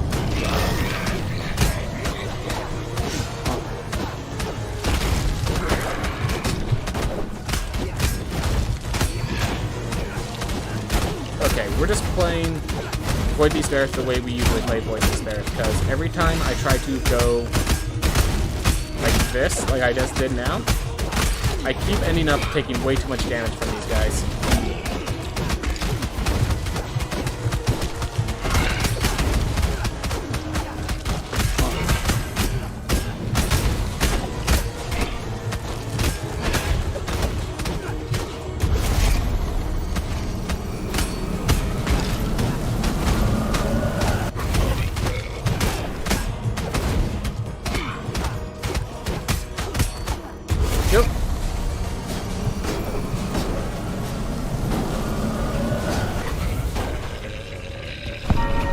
I think esports are cool, but won't reach the mainstream audience of sports.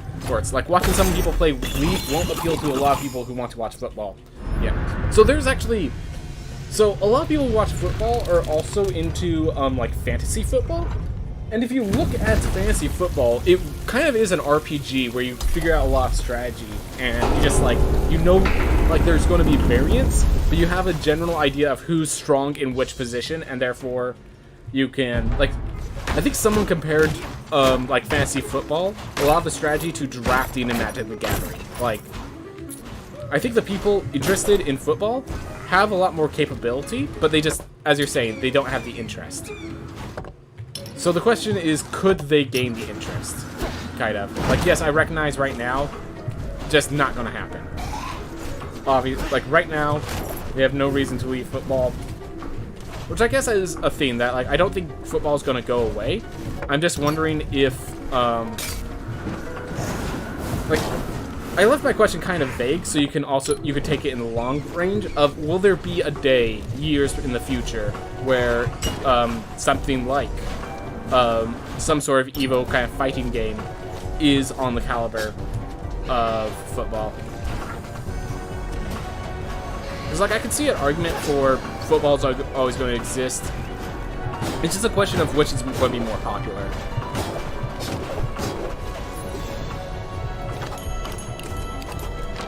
I think there will always be an overlap, but I don't think it will grow that big as a mainstream theme. Alright.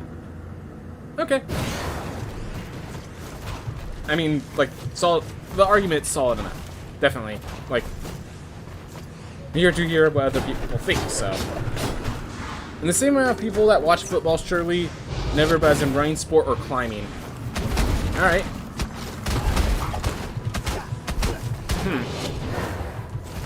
So I used to do a running sport, and, like, one of the themes is, yeah, you don't... My sport was fun to play, not to watch. I could tell that, like, it wasn't the most enjoyable to watch. No one needed to come to my events to let me know that.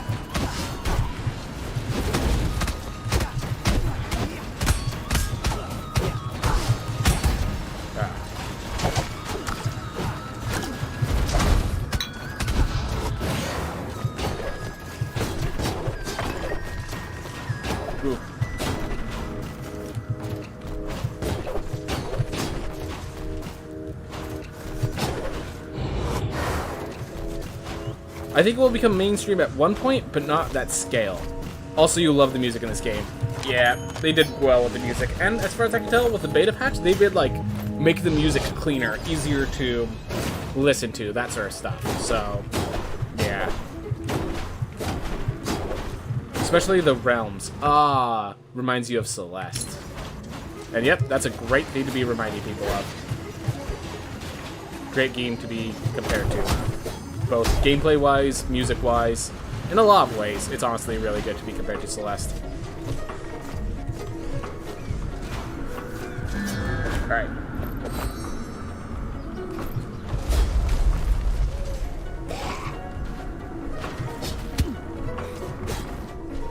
I'm like, alright, that's the way down. I could just look at the map. And, of course, look at the Batman. I got hit. Alright. Whoa. Big weapon.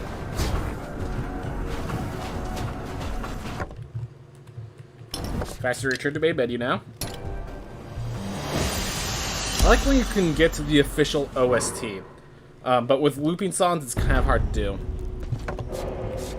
So this was your first game you ever speedrun? Nice, nice. Yeah, it's a very good game to speedrun. I know because I'm speedrunning it poorly, but I am speedrunning it, so... Or at least comparatively to how other people do.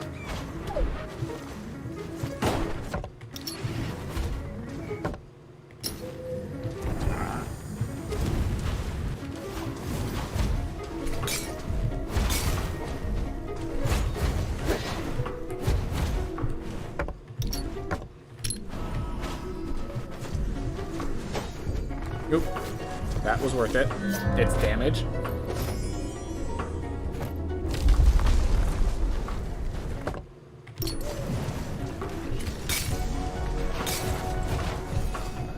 Not worst spell.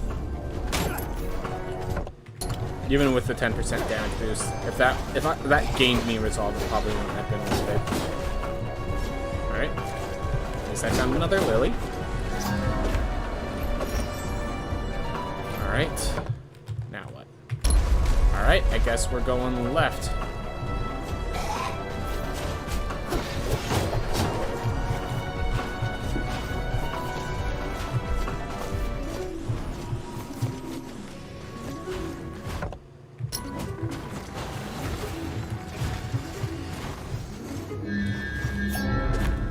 Why not? More damage. Honestly, I should get more comfortable taking Heavy Stone Bargain. They've increased the... They made Heavy Stone Bargain actually really good. And the fact that I don't take it is probably to my fault. Ooh. You think you might buy our Rogue Legacy 2 soon? Awesome, yeah. They're getting pretty close. I think it's only a few months away before the full release, so... That's gonna make it really worth. Like, yeah. Obviously, I wouldn't play the game if I didn't think it was good.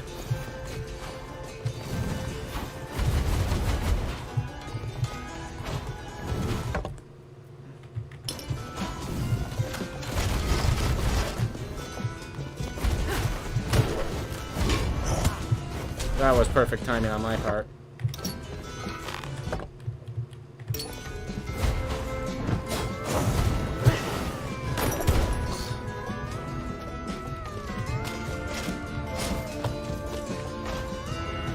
Alright, well, we're using this apple for survivability now.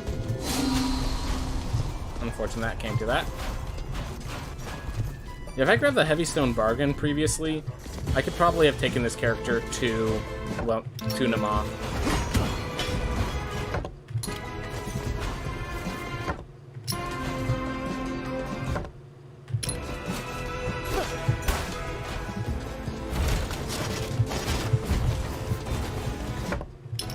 Well, I wonder which one's the fake.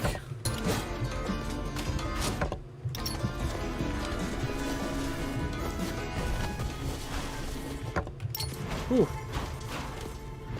Alright.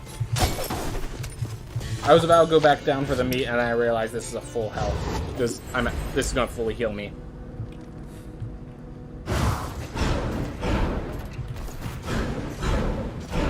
Yep.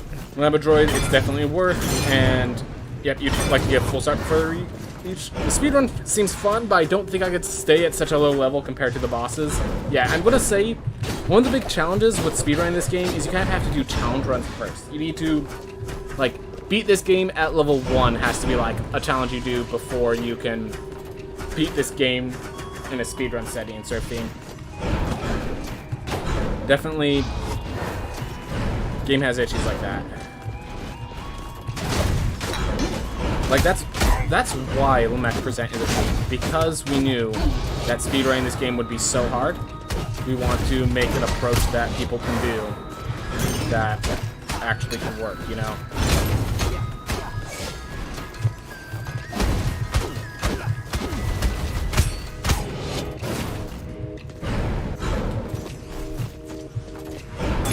Ooh. The Banner song. Yep.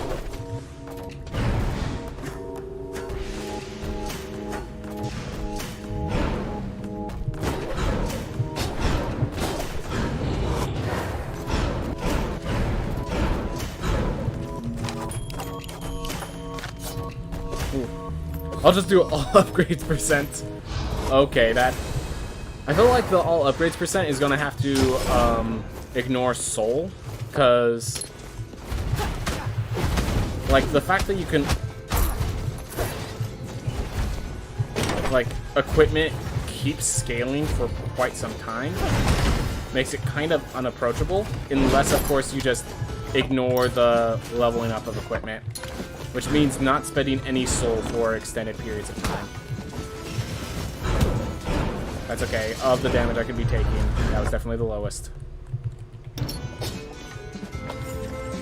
I haven't found Murmur or Gone Heads, I don't think. Found Murmur. we are out of heirlooms, so... No, we have book. We have book. But I just decided that healing was probably more useful right now. Probably could have beaten Murmur and then done that, but... Oh well. Just don't get hit. Ooh. I always tell myself I would tip speedrun at some point, but I always feel like it's going to be hours long. Yep. My first speedrun was 4 hours, and that was back when the Maw was the last boss. So, yeah. Don't feel it, like... Don't feel bad if your speedrun is long, because all first speedruns are long. But... yeah, I would say it's very fun. Like, speedruns are way more fun than you'd think they would be. Just like, you're just playing the game fast. Like, you're getting to see all the content that... It's like playing the game for the first time again, almost. Like, it's not... It's a very different experience, but I would compare the enjoyment to that.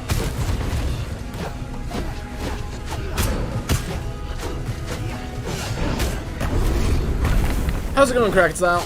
Oh, by the way, everyone, happy birthday, Kraken Style! Kraken Style's birthday is today, and so he had a birthday stream earlier today. Awesome dude. Awesome dude. So, glad he's doing well. But yeah, today was his birthday stream, and awesome guy, so I give him support if you can, man. Kraken Style's an awesome guy. Alright. My longest speedrun was 6 hours. It was farming sim where I can't skip days, though, so it was a whole lot of waiting.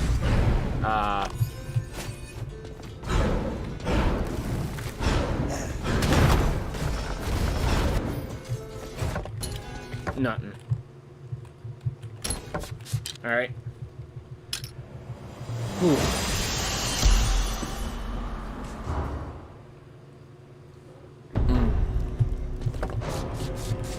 Need to go to the entrance. Go find Gonheads this way.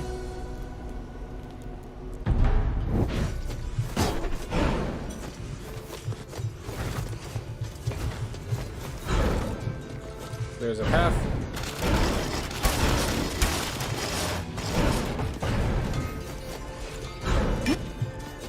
Oop.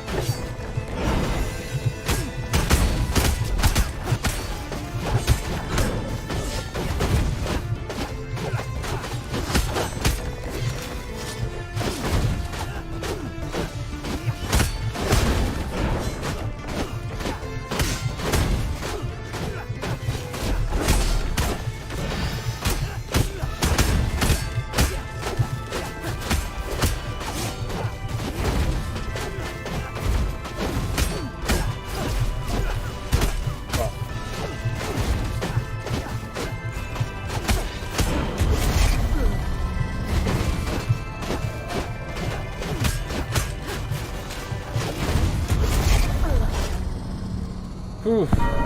Greg saw 1 in Mario Party? Dude, that's awesome. You felt the need to play a roguelite or a roguelike recently? Well then, yeah, roguelike 2 is definitely a good decision if you're trying to figure that out. Oof. Alright. Let's get ourselves a book. And then I think I just... Yeah, I don't... I'm just like, does this character have the damage to be considered? I think...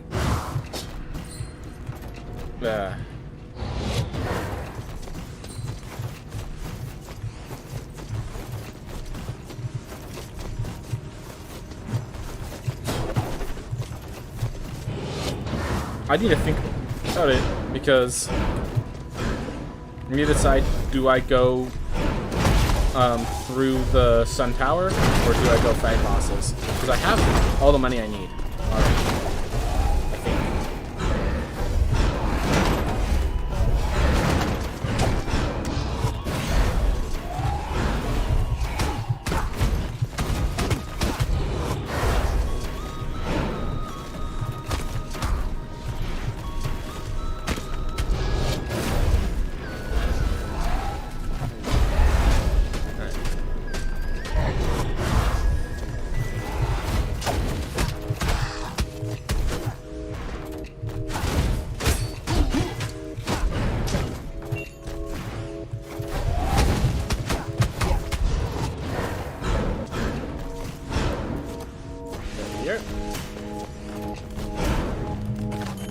Risk of Ring 2 and Build Cells are also good for if you want min-max.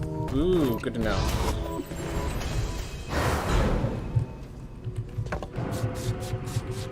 You know, I'm going to do Nama, and if my health is still good for it, I'll go to Sun Tower. If it's not good for it, I'll try off Enoch. Alright. Oh, Kraken still needs to focus on Hades. Dude, so I have myself, like, set up so I could start speedrunning Hades, but, like, I don't know how to explain it. Like, I started speedrunning it, and it feels like there's elements that I still need to take care of, that I need to get good at. And until I get those elements good at them, like, it's not fun. Like, I feel like I'm just playing the game normally, but with a different goal. Or it's just like, why don't I just play the game normally? Like, I think that's the theme. Like, practicing Hades speedruns is... I guess it's not distinct enough from the base game to speedrun it. That's my problem. Like, it doesn't feel like I'm playing a new game. It doesn't feel like I'm showing mastery of the game. It just feels like I'm trying to rush through it after I've played it 100 times. Like, I'd rather just play harder heats, I guess would be the theme. Which I guess that's what people would say about Rogue Legacy 2, that they would rather, like, do challenge runs than do speed runs. But, so I keep thinking, like, with things like that I'm just, like, missing whatever core elements I need, like, what a core piece of knowledge in the runs or something.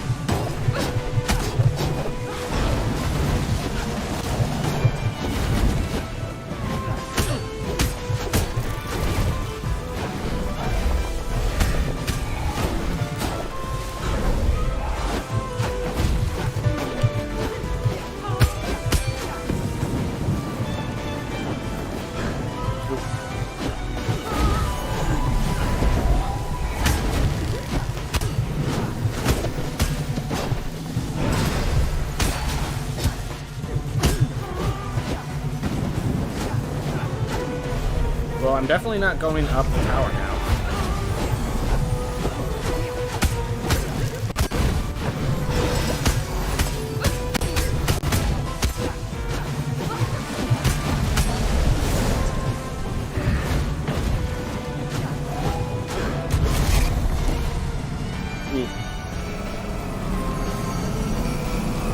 Risk of Ring 2 is probably my favorite game. I did speedruns of Dead Cells without skips, and yeah. Hades speedruns are close to normal gameplay, and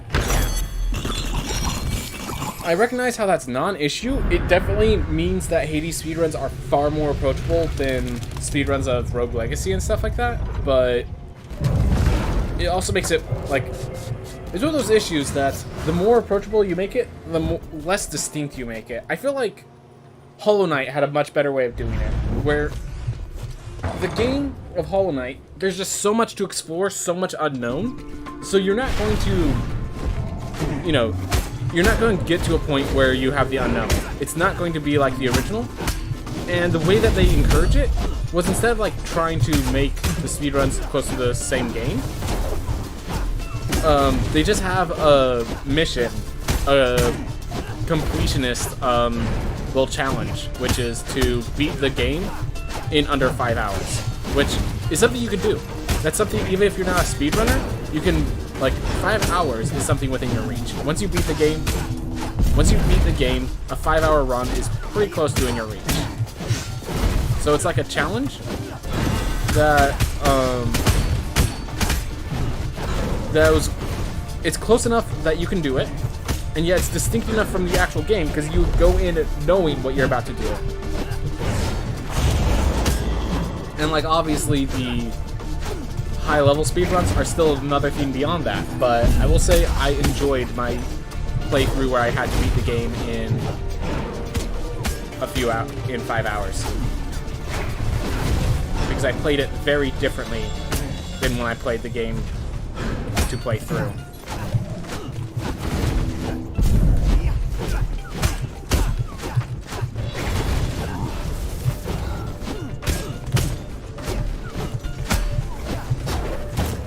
Oh my gosh. So this was perfect. Approachable speedrun, different game. Yeah, so Celeste has a bunch of like maneuver options that you don't realize you have until you beat the game. And that really helps it out in so many different ways.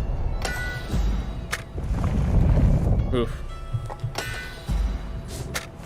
Yeah, I'm playing, like, I plan to do some speedrun practice for Hollow Knight. But, like, I just haven't put myself in a position to do it.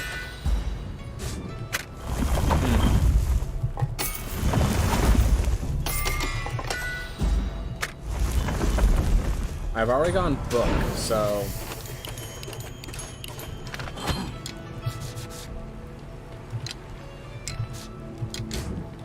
Huh. Didn't realize Ammonite Weapon took literally all my armor.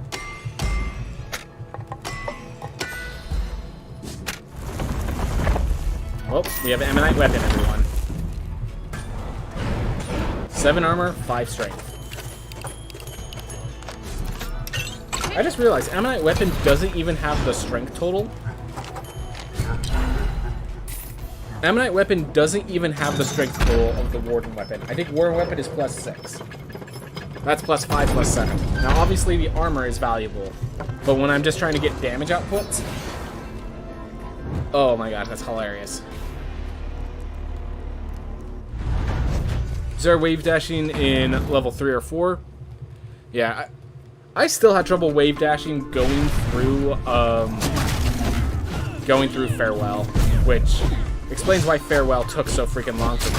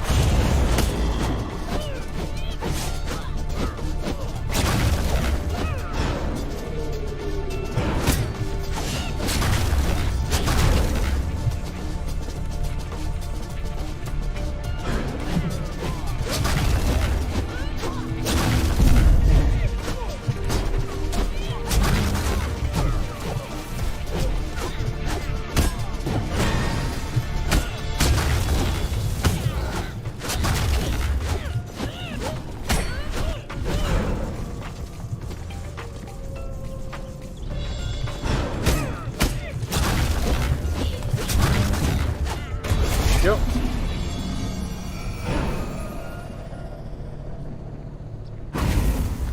I still need to do Farewell, but got burnout on the game. Got to the point where I was so tired playing, I spent 30+ minutes on single room. Yep. Yeah, no, in the final stages, I remember, like, I actually have it recorded. I spent, like, a few hours. I think the last room took me 3 hours.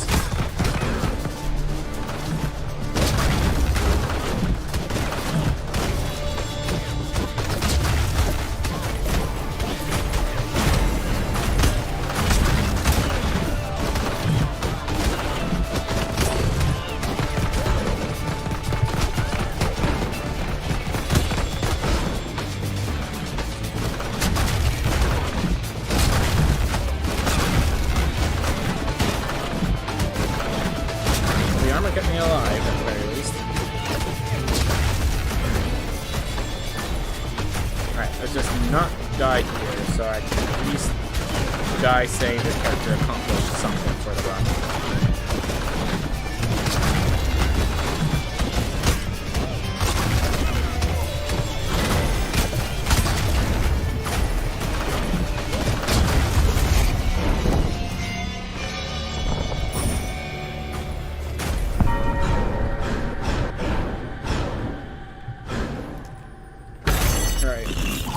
Well, I'm gonna start the climb. I don't think I'm gonna get very far, but I'm gonna start the climb.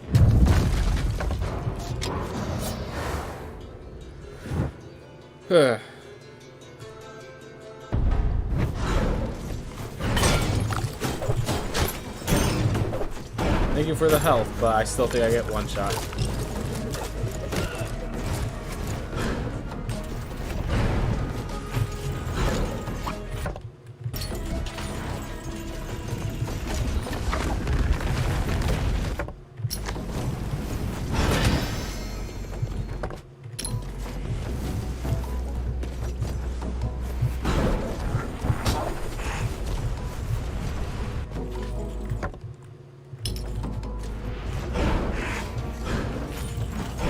Stay inside where it's safe. The game.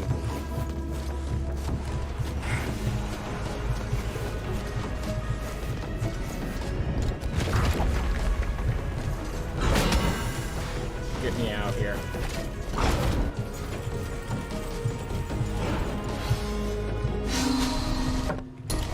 Oh my gosh, are we actually doing it with this character?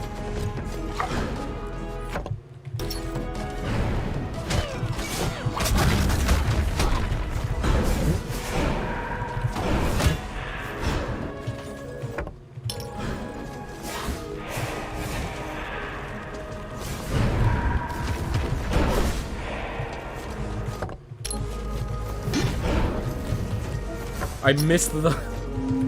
Oh my gosh. These healing patches. I appreciate them.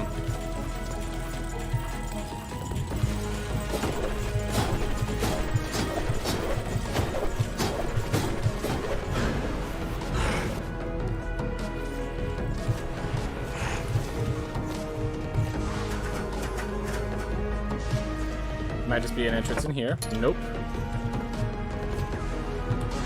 I need to despawn all those projectiles anyways. Well, this character, despite everything, made it to the top, and is now in a position where if they win, or they can take one hit, I think.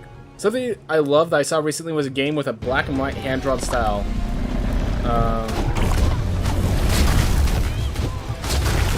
I unfortunately have to focus on this, but I'll make sure to read the comment afterwards.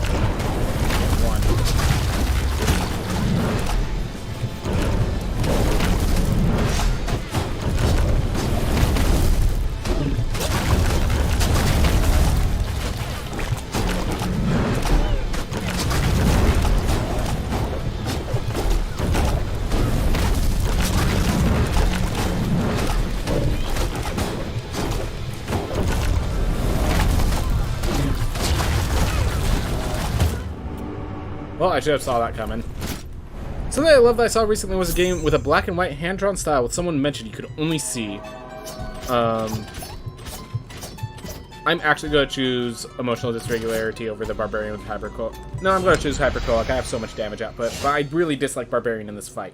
I really dislike Barbarian in this fight. Which is why I'm now a duelist.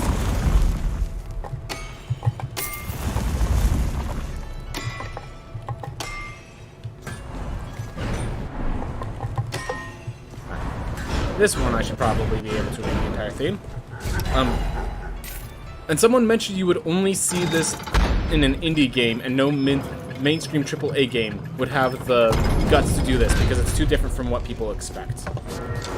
Yeah, so the thing is, with a AAA, if you have a huge studio, it's just kind of like it's kind of hard to justify splitting off a group from a huge studio to do a small game.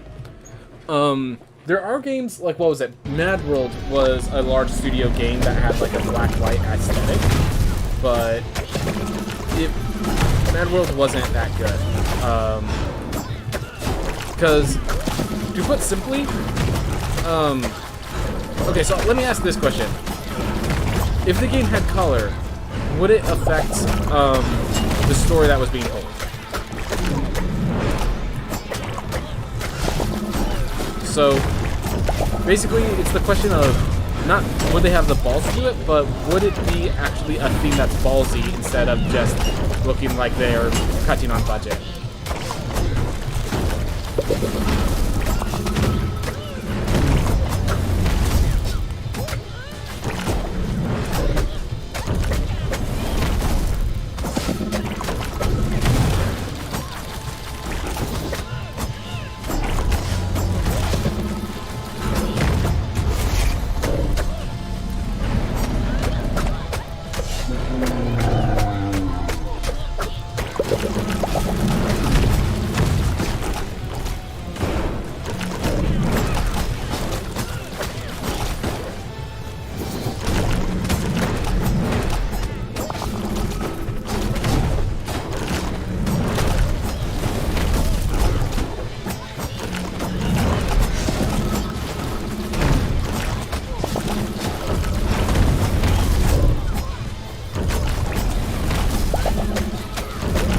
Like, one thing worth noting when we talk about, like, that the studios wouldn't have the guts to do it, you have to recognize it's not just, like, guts, it's they have shareholders that they have to appease.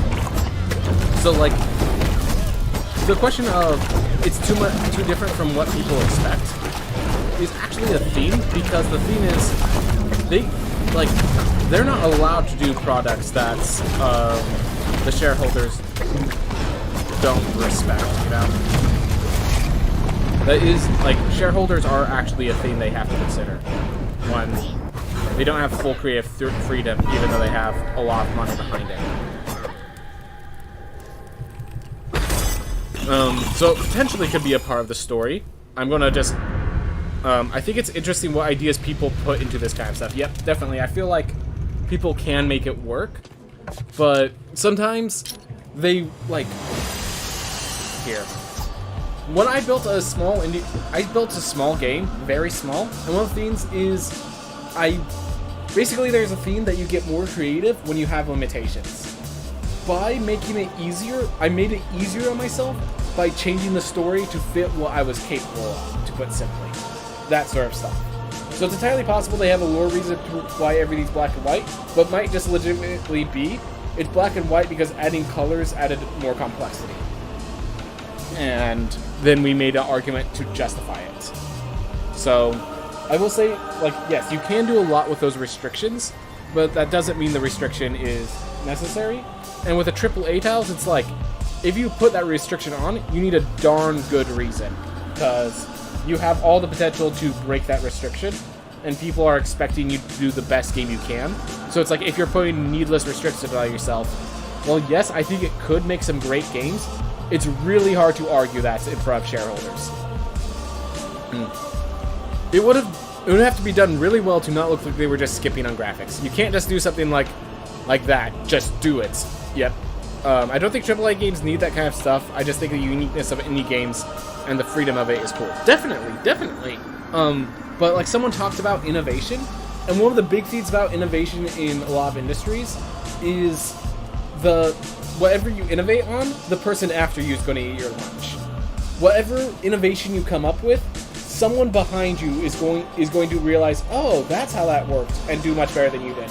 The concept of the Portal game was actually done by another game first, but Portal actually made it look good. Actually made it look actually fun. I'm trying to think, there's other games that, like, they had these concepts, and then they didn't implement it well enough. So then another game came in afterwards, and actually implement it well, and then they're the ones that get all the profit and are seen as the people who did it. I would not be surprised if Rogue Legacy was not the, like, obviously Rogue Legacy was not the first to invent the rogue-like genre instead of just the rogue-lite genre, but it's the one that popularized it because they did it well. At least that's how I would see it. And when I say popularized, I mean obviously Rogue was the one who popularized rogue-like. That's why I consider Rogue Legacy to be rogue-lite. They're honestly the whole genre stuff. They really need to make these genres not based off of other world names.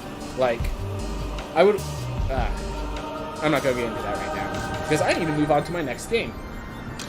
All right, so I actually am going to be playing a different game today. So I'm going to take care of a few things, and I will be back, and we are going to enter into some Magic the Gathering. If you guys aren't here for Magic the Gathering, it's alright. Thank you so much for watching. I hope you all have a wonderful day. But I'm going to go over to MTGA in just a bit. See you all shortly. I need to go get some water.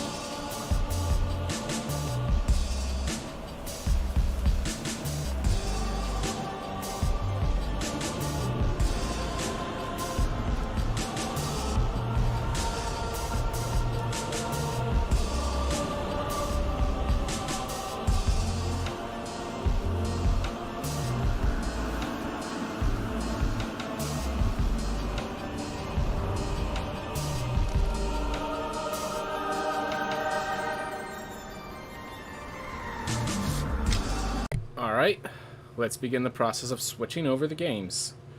I don't need no board anymore. Pop it open. And let's go back to Twitch and edit stream info.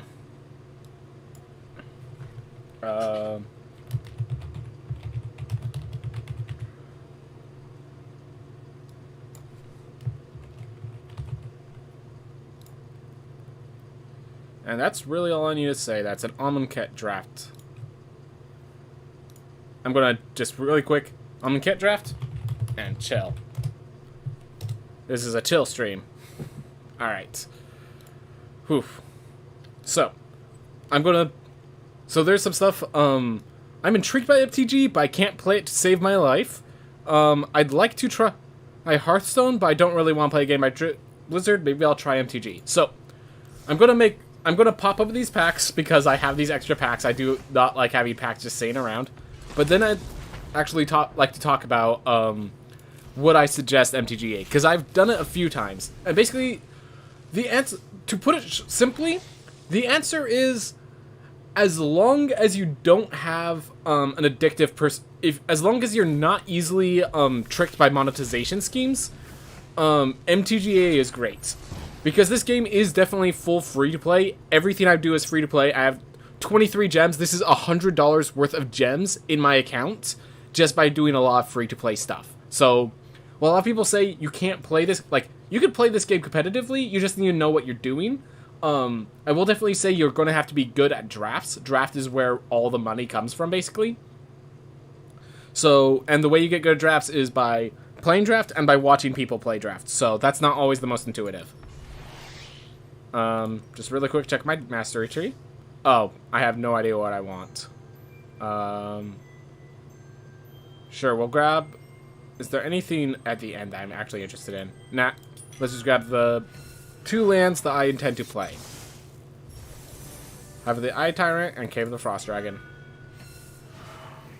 Alright. Oof.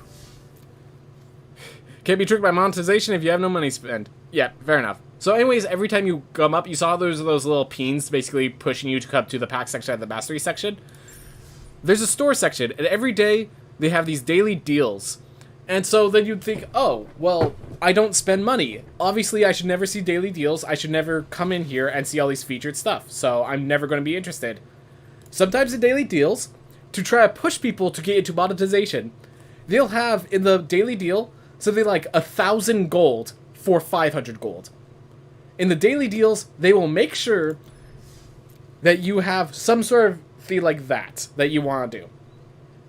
So, this game is really good at getting you to monetize it, even though you shouldn't.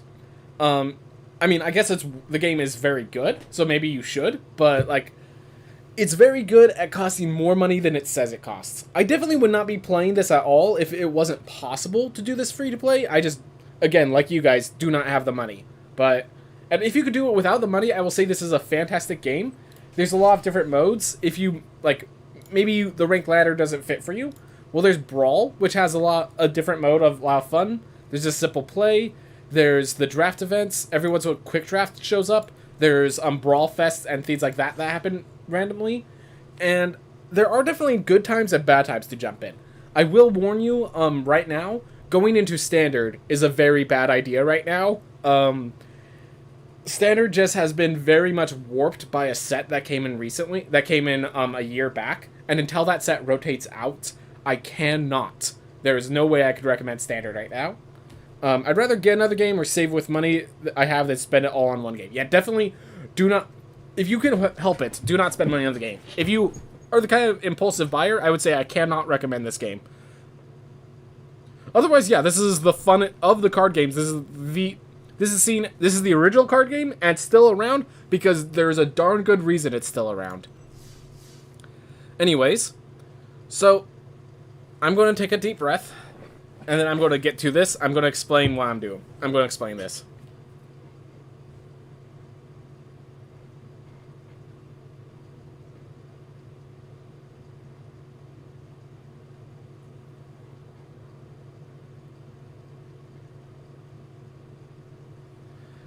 Hey everyone, welcome back to some more Magic the Gathering. Now, you're noticing that I'm in the Amonkhet draft.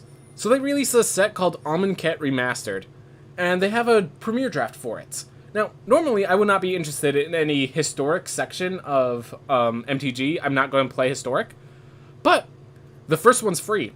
We have a start button here, instead of just spending gold. So I'm pretty sure the first one's free. So we're going to be doing one Amonkhet draft, and I just want to say real fast that I actually like this idea, because one of the huge things about drafting is the way you make your gems, make your rewards, make money. The problem is, people that aren't good at draft have no way to get good at draft except doing it themselves.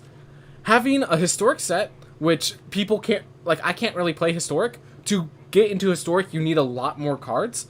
Having the historic Amonkhet Remastered, having these sort of things be then tied to a free draft to get people used to draft and get people into historic a little, like, this I think is perfect. If they could, if every month or something like that, Magic the Gathering could do this, where we have some sort of historic draft format, like, I would love that. I think that's a big solution to, like, getting people into draft, getting people under steady draft, giving them a free shot at it, and to prevent it from, like, wrecking your own economy within the game. Have it be of a historic format, a format where you need a lot more cards, a lot more wild cards to actually pull off. I think this is a great way of doing it. Now that I have that out of the way, we're going to start. I'm going to warn people. I did not take the time to look up the cards of Amonkhet. I do know the general mechanics with Embalm and stuff like that. Exert, stuff like that. But I do not know the cards, so we are just going to be solving what is the best color, what is the best deck to build, by a little method called bread. Bomb, removal, evasion, aggro, duds. So we always pick the bomb. We then, I did look up how much, like, splashing is possible. It seems like we're doing 2 color, 3 color seems a little tough. Alright, Neheb the Eternal, afflict 3. So whenever it becomes blocked, they lose 3 life still. At the post-combat, I gain 1 mana for each 1 life my opponent has lost. This is a mythic. It's probably a mythic for a good reason. 5 mana, 4/6 seems like an amazing body stat line.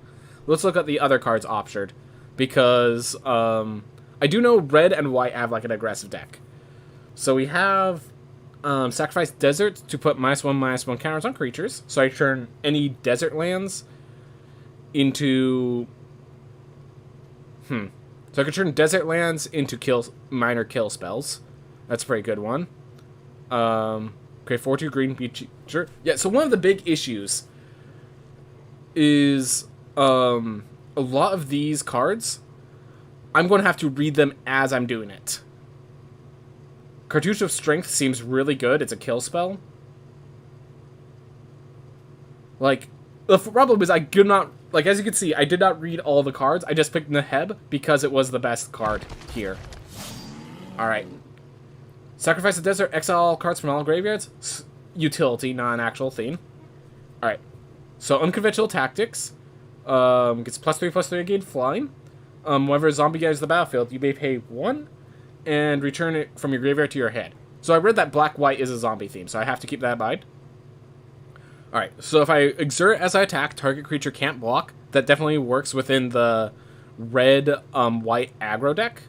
So that's definitely a theme that I could choose. Because it's a 3 mana 3/2 haste, that's pretty good. That I could exert it to make sure it could get through certain feats. So that's pretty good. Then so I'm going to highlight that, but I'm not going to pick it just yet.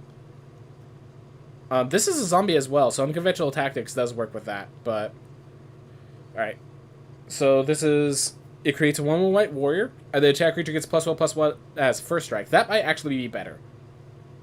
I think we just go for the best card. I think Cartouche of Solidarity is actually a better card, because first strike is huge, especially on like a big old 4/6 or something. Alright, Bone Picker. Consign to Oblivion. Return target non-land permanent to its owner's hand, and then make the discard 2 cards. That's pretty darn good, too. Alright, Disposal Mummy. Exile target card from an opponent's graveyard. So I guess the exiling from graveyards is pretty good with embalming tactics and stuff. So, these cards are okay. Magma Spray. Kill spell. Kill spell. Alright. Ooh, Unburden is Mind Rots with Cycle. That's pretty good. Flying and Cycle. Okay. We're picking that. We might not be... Obviously, we're not going to be three color. I don't think we're going to be three color. But, oof. But we have to pick what we get. Yeah, I think the Cartouche of Knowledge is... These enchant auras are actually pretty strong. And I did see that there are some Cartouche synergy with, like, enchantments and stuff. Alright. Target opponent reveal... So, it's a discard or a sacrifice. But they choose... They choose for the sacrifice, you choose for the discard. Alright, so... 3 mana, 3/2 lifelink. We're just going to assume that's it. 1/1 white. That's pretty easy. That's a 5 and a 3/5 and a 1/1. This is a inspiration with cycling. That's pretty cool. I'm gonna highlight that for now. Tormenting Voice, Bloodlust Inciter.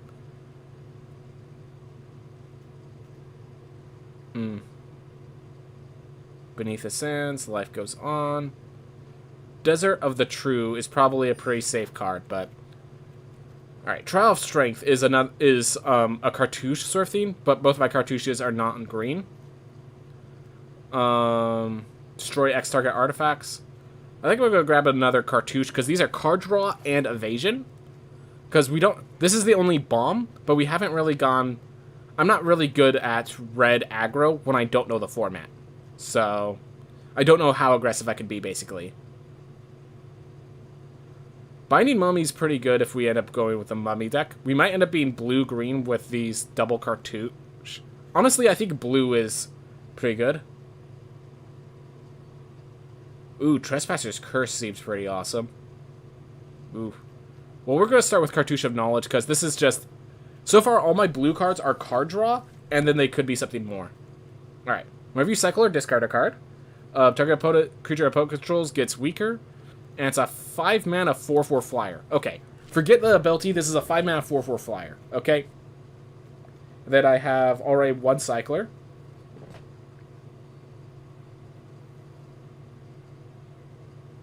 Okay. Whew. I was like, is this a... This doesn't give you the mana. It, like, turns 1 mana into regular Fades. Floodwaters. Ooh. Vile Manifestation. We could end up with a cycling deck. I could definitely see that. And, like, a 5 mana 4/4 flyer is not bad. So... Alright.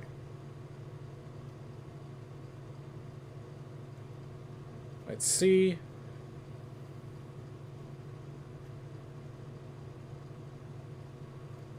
Can't block. Just trying to figure out... So here's one of the things. I have to kind of figure out where I'm at. None of these cards really seem, like, super exceptional. I don't know the stat blocks to really decide. I think we just go with the 2-drop to be safe. And definitely we're blue. Whether or not we're red, white, or another color is undecided. Alright. Embalm. So this is a 5 mana flyer. And it's also a 5 mana 3/3 flyer. That's also a zombie. Alright. And it cycles, which is pretty strong.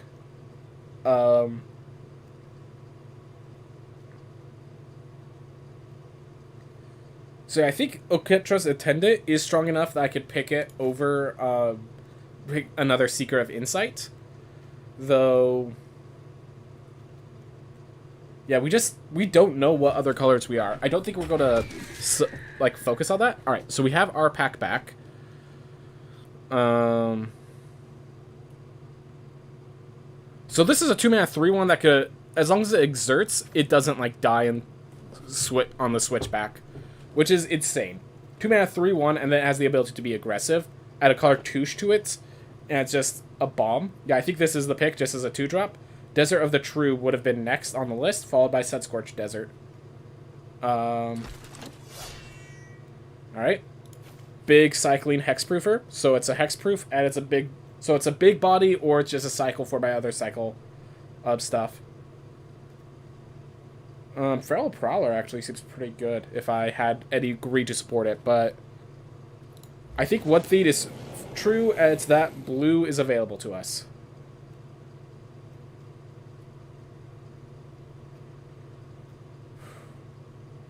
I kind of want Unburdened because it seems okay, and it has Cycling synergy.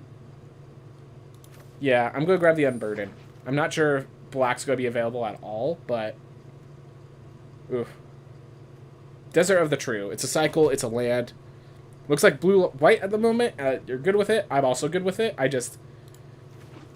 wasn't so sure. Alright, yeah. Blue-white is open. This is a 2-mana 2/2. Alright, so it looks like we're probably blue-white. From distance, at least. Alright, whenever you cycle or discard another card... Because we're blue-white cycle right now.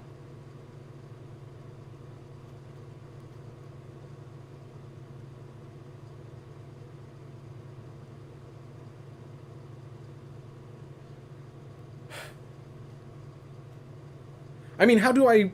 Like, I recognize we don't have much black, but if we could splash that, it's an absolute bomb.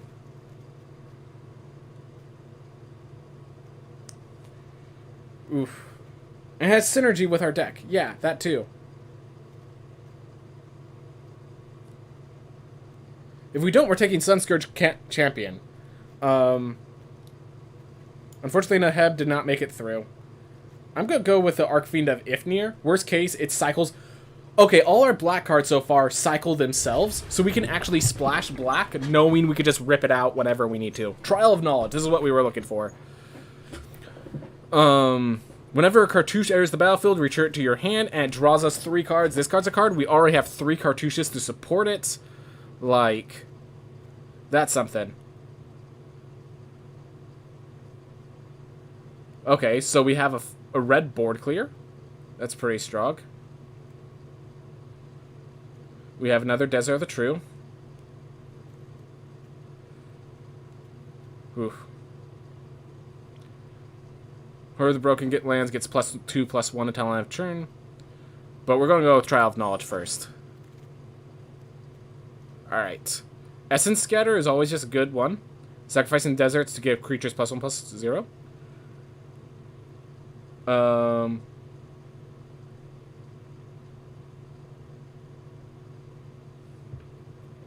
Alright, so this is just target creature can attack, and then it becomes a lockdown later on. This turns my lands into +1/+1s. This is basically a pacifism. That's a kill spell, effectively. I actually like Essence Scatter a little better than Compulsory Rest. Just a personal value for counterspells.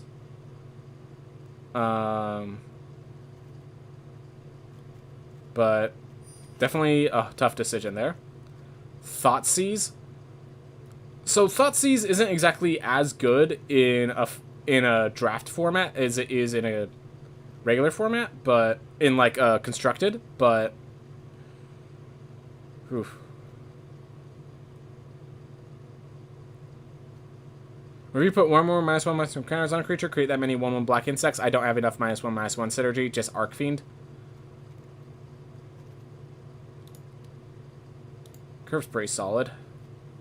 I'll grab the Thoughtseize, just in case I can. Otherwise, it's Final Reward. Yeah. Maybe the Disposal one ends up being better than I think it is. Alright. Well, we have the 2-color payoff. So, that's something. Whew.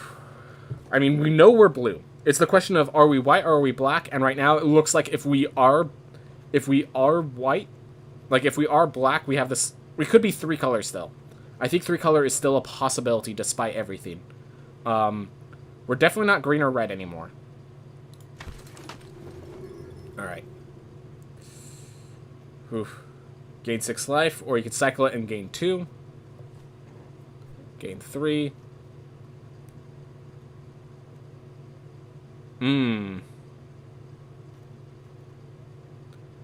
Oh, man.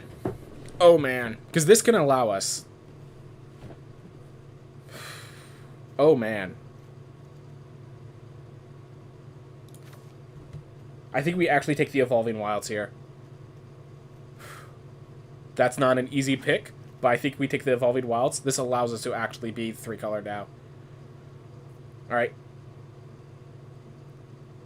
I just realized this is just a 2-mana 2-2. Like, forget everything else, this is a 2-mana 2-2.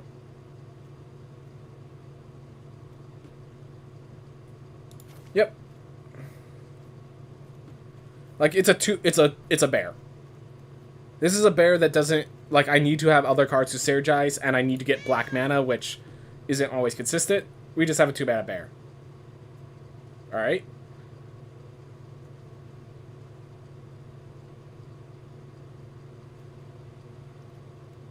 Let's see.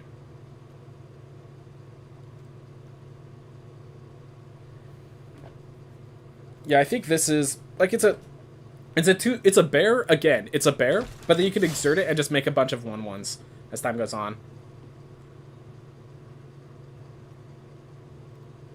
Alright. Hieroglyphic Illumination, just more card draw, more cycling. I think I like Illumination over Wander in Death. The cycling's cheaper, the effect is the same, but instant speed instead of sorcery. Yep. Alright. Horror of the Broken.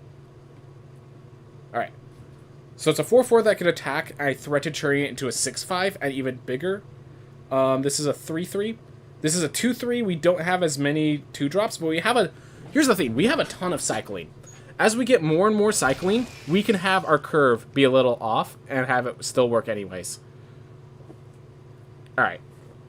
And now we actually have Heckma Sentinels, which is a 3-mana 2/3. Looking at our curve, we could use some 3-drops. We definitely are the slower control deck. I actually prefer Disposal Mummy over this cycle, because this is literally just a cycle. That's the reason for it. This basically has the same effect of this getting rid of the card we need to get rid of.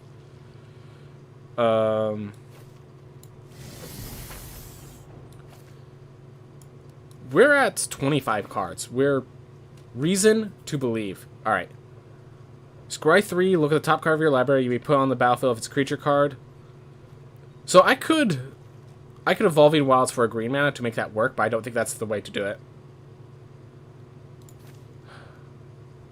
Oh man, and Gravedigger is back in this format. I just have a whole family love of Gravedigger. That's all. Protection of the Heckma seems like a good way to just stop the opponent. Wow, there's a mill deck in here. I have an entire container of popcorn in case I don't want to sleep and I get hungry. It's plain, so it shouldn't be too bad for me.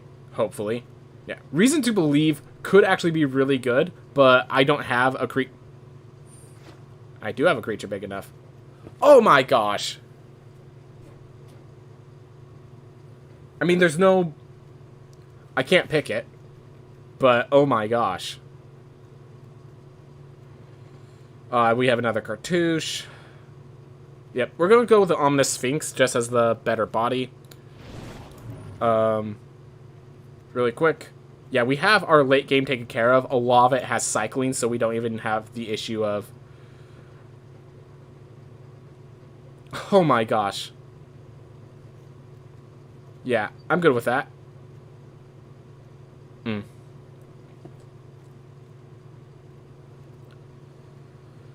Yeah, so I need to figure out what cards we're removing, but I think we have a pretty solid...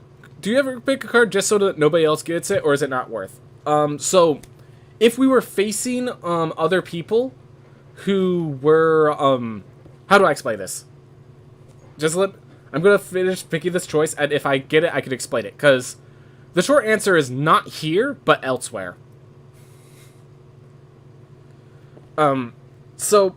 In this draft format, because we're online and we're in this sort of style, when we finish our draft, we then play a bunch of people, and those people are just anyone playing this draft format. We're not exactly playing the people in this, we're not playing any of these 7 people. We might run into them, but that's not what we're expecting. counterspell with cycling. Yeah. So, because we're not expecting to run into these guys, we don't really care what they get. There's actually an argument that we actively want to make sure they get the better deck. We want to make sure their deck is strong. We want to give them the best green-red deck we can possibly give them, because then they'll leave all the blue, white, and black cards for us. So, that's the argument in this form. Now, when you're actually in an in-person draft, you will only draft with the other 8 people. So you want to actually, the counter-picking, like if you have a flying deck, taking a green plummet is probably good, because that's what they could use against you. I don't have any with Internalize Aura Bomb as far as I know, so... This is a removal. I just realized I don't think I have as many removal. I'm just kind of big bodies, but no removal. Which makes me need these counter spells pretty badly. Failure to comply. Return target spell to its owner's hand. Choose a card name and tell your next turn opponents can't cast spells of the chosen name. That's pretty nice, I think. I think Vile Manifestation is better, though.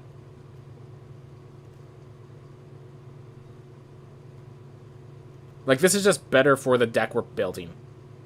Failure to comply is cool and all, but this is just better for the deck we're building. Alright. Just another land that gets to cycle itself. A desert. Or a Forsake the Worthy. I think we're at the point where we want lands, because we already have enough playables. Yep. So all these cycling lands. I was doing speedruns earlier. I should have changed the Twitch name by then. Alright. This is a 3-mana 3/2 lifelink. That's good enough. Alright. Whew. Had to take dog to vet. Alright. Well, yeah, dude, keep your dog safe, you know? Alright.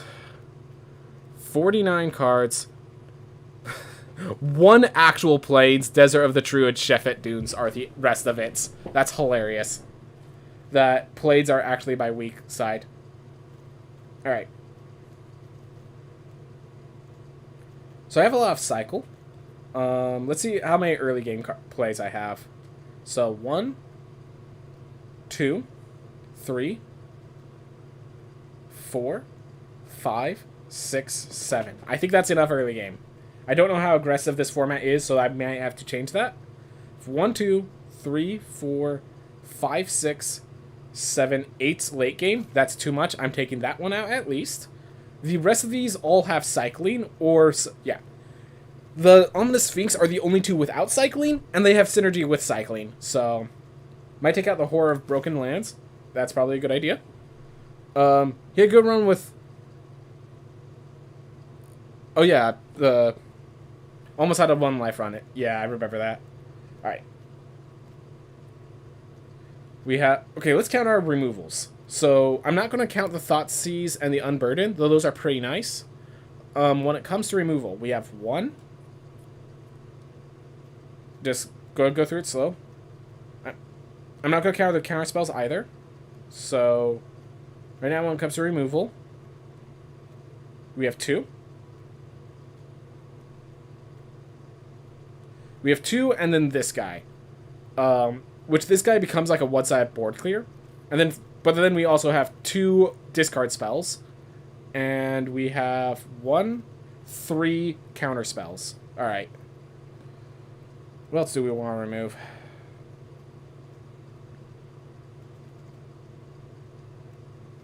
Cartouche of Knowledge is great even without Trial of Knowledge. I'm starting to wonder if I want to remove Trial of Knowledge or the cartouches or something of that nature. This is fine. I think the cartouches are actually my weakest cards, which is a lot. So that's something. I think I actually take out the Ketra's Avenger because I'm not really aggressive. Yeah, I'm not aggressive in the early game, so I could take that out.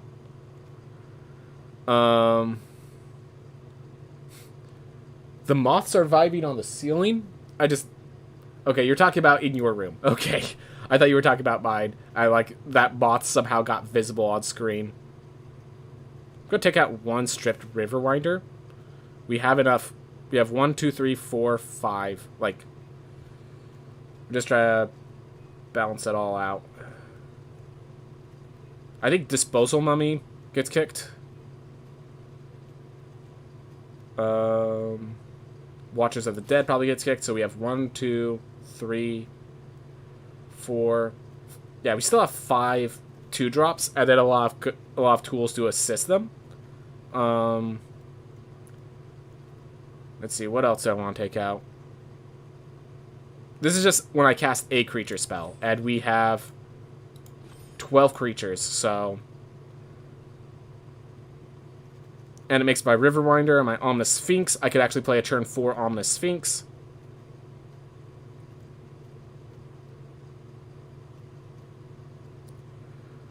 Oof.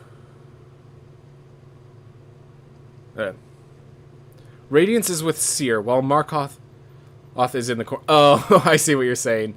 After Hollow Knight Moths. Radiance flies around a lot, but Markoth and Seer mostly stay Seal. That sounds about right. That sounds about right.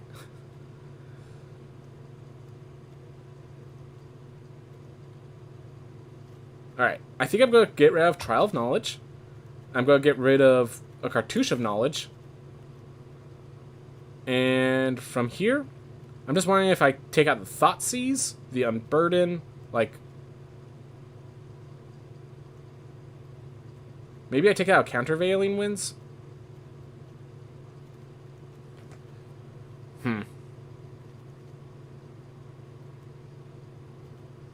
With all my cycling, I think the double Hieroglyphic Illuminations is too much. So this is like an Esper cycle thingy. I have no idea what kind of deck this is. I have no idea if this deck is good. But we're going to try it. I have 1 Plains to search for. Plenty of Swamps and Islands. Bunch of Deserts of the True. Like, I have a bunch of ways to take care of that stuff. Alright. Cycle or discard. Cycle. Cycle. Yeah. Just like, I feel like with all the cycling, these late game are just going to be absolute powerhouses. I think I have enough early game until then. We're going to try it. We're going to see how this fares. It's an Esper cycle thingy. We'll see how that fares. Again, I have no idea what this format looks like. I have a concept that red-white is very aggressive. But I'm not for certain. If I find the counter spells aren't working, I'll start prying them out slowly. Alright, we have Desert of the True. Into an Island, Hold Up, Essence Scatter. Into Hold Up, Essence Scatter, and a Cycle of the Desert of True. That's actually pretty good.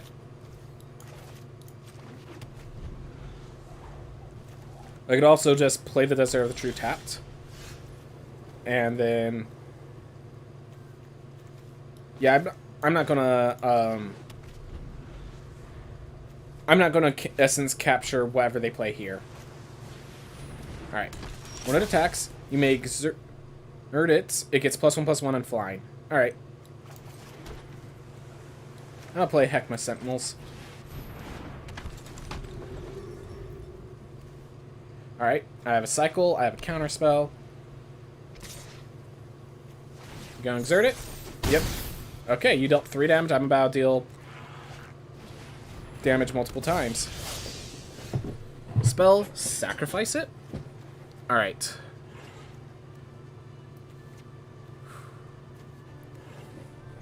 I'm going to leave this up. If they attack with Labyrinth Guardian, I could block and cycle. I could hold up the counter spells. So I could hold up the counter spell, hold up the cycle.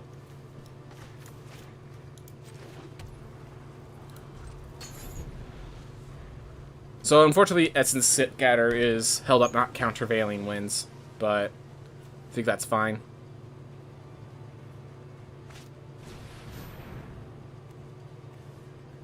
Do I bother Essence Scattering the Binding Mummy?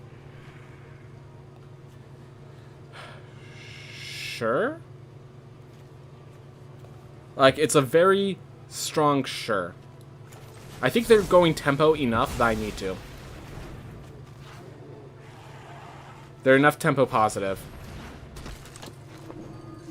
Whenever a creature token enters the battlefield under control, you gain 1 life. Alright. That's perfectly fine for me. Alright, I'm not getting any black. So, I play this. I could technically now buff my creatures using Effet Dunes, which is pretty cool. I think I just hold up the Countervailing Winds and the Unburden as a cycle.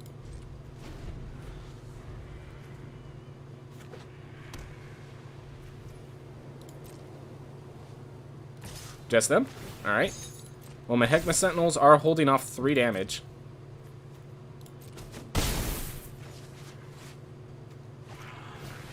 Alright. So just quickly, let's cycle this. So now I have 2 in my grave. And I could, let's see, Karen, unless they pay 2.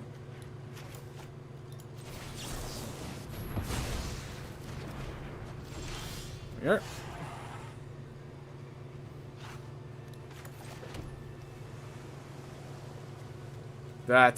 We're in a bit of a bad spot because we don't have any, we did not draw any of our 5 to 6 swamps. We'll play that. Unfortunately, we're dirtling, and I don't have Embalm. Alright, they have their own Trial of Knowledge. 4 mana, draw 3 cards, discard. You know, if I had more, gain more Embalm was probably the correct move. Because this Embalm, seeing them using this Embalm, actually it's feeling pretty terrifying. And yep, Cartouche of Knowledge. I'm not sure if I just got unlucky and got bad cards in my deck. If they got lucky, okay, we got unlucky because we have no swamps. That's it. There it is. We figured it out.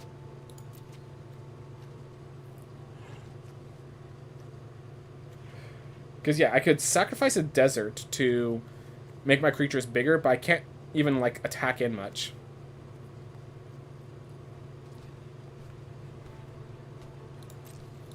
I'll attack in here, see how they respond.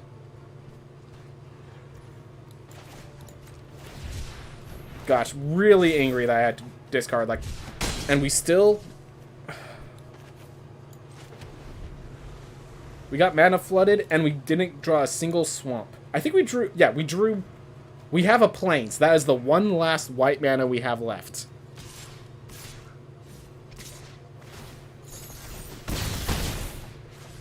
We have a single Plains at the last white mana. And they just get embalmed a 4/4... Oh, 2/3 with Flying and Vigilance. And we draw another land. Yeah. All that happened is we drew 8 lands. 4, 5, 6, 7, 8, 9. We drew 9 lands. And none of... And we're missing a color. So... I'm not even... Like, I'm mad. But at other things.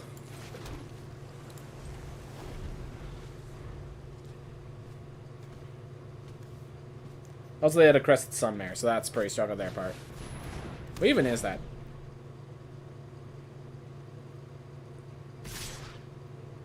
Oh, so it's just another... Yeah, I'm just not gonna... So, hold up. So we drew 5 islands and 4 plains. 4 cards that create white mana. I'm noting that now, and here is why. Because when we look at our deck... 6 islands. We had 1 plains, 1 island, 5 swamps, and an Evolving Wild still in our deck. I think that was our weakness there. Also worth noting how fast they were. Or, like, how... Like, our things were just not getting value. Wondering if one of these need to get pulled out. They weren't very fast, so a Seeker of Insight could probably get pulled for the Trial of Knowledge. Honestly, I'm just standing by. That was my lands not coming in. This I would only use because it's gain 2 life, draw a card. This card, if I'm playing it, it's because it's a Revitalize.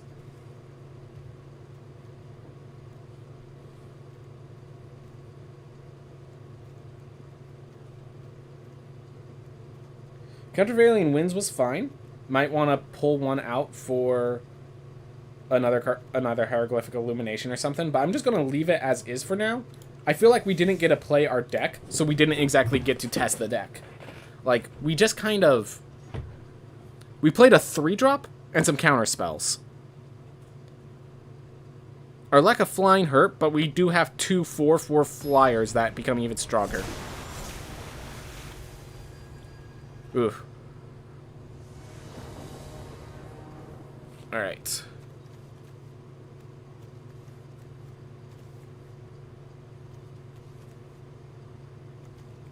I'm mulliganing. I need to draw... Okay, so if I keep it... I might... So I could keep it, play Plains, play Sheffet Dunes, discard, or... I could play Sheffet... I have enough cycle, I think... Yeah, I haven't... Because of my cycle, I think I could keep this, actually. Because we do... We might have our first play be Kefet's Monument, which would be sad, but... Ugh. We have a cycle next turn. We then have a Kefnet's Monument, if nothing else. That was not what I was expected to see. I know no longer guards this place we do. Alright.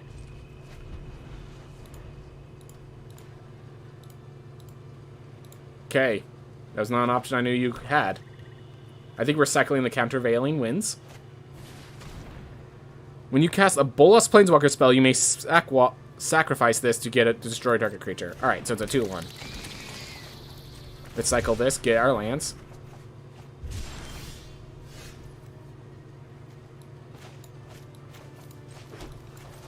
Alright.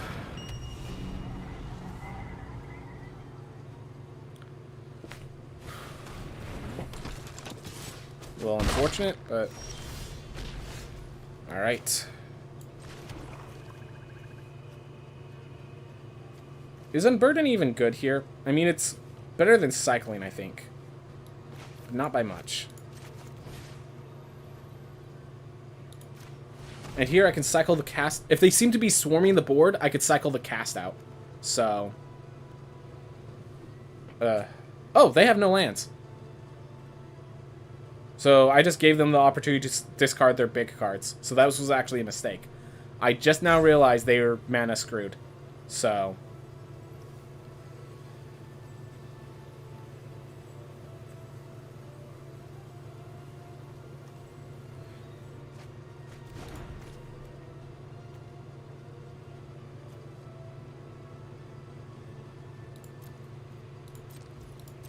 That's...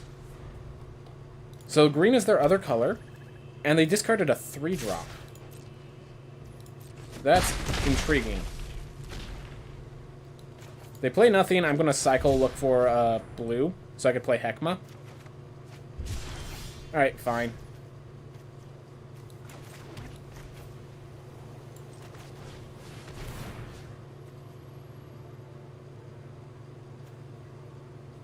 I'm going to actually hold down the Doom Dissenter.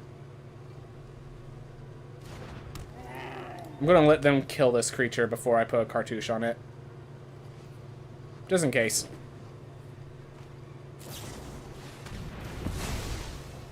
Alright.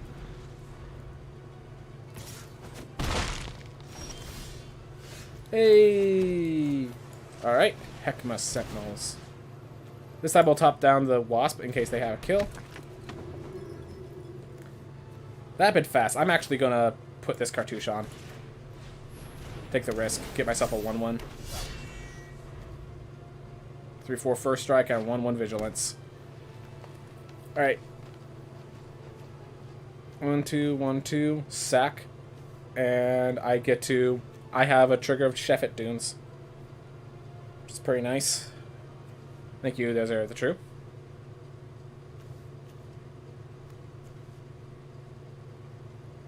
I'm okay with Doom Dissenter dying. I feel like, at this point, that's... Okay.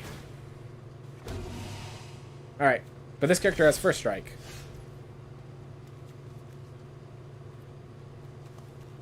I'm gonna hold that land up, I think. Alright. So it looks like I can make board stalls, but then they just have flyers to get around it and stuff, which is unfortunate on my part. But I can Essence Scatter something.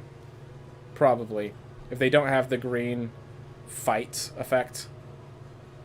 I do threaten that I have a cycling.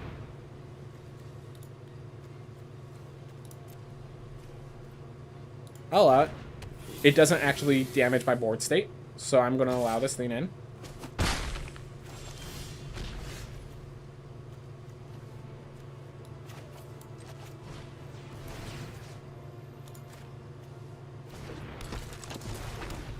Alright. Well, we're holding form. I have a counterspell. I'm running low on health. Well, okay, what is that? Alright, so I need to find a way to take care of this wasp. Or else they're just gonna cycle into oblivion. Or, you know, I could draw any of my flyers. That's also a thing I could do. Hey, that's close enough.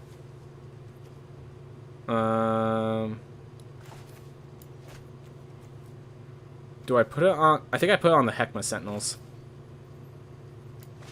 Or do I just put it on the Seeker? I think I put it on the Seeker of Insight, actually. Just to... like, because I kind of want to block with it more. And this one distributes it more. So I don't have all my eggs in one basket. And hopefully I can, like, use that draw a card, discard after I use a counterspell. Alright.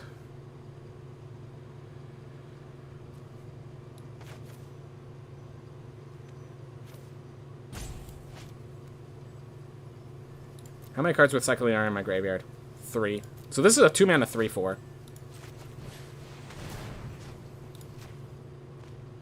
That left tap down, I'm just going to swing in for 2, I think.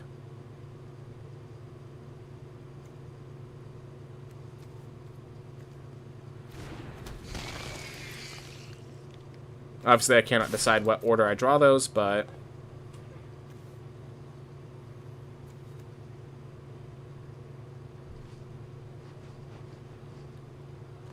see how they respond. We have an Essence Scatter.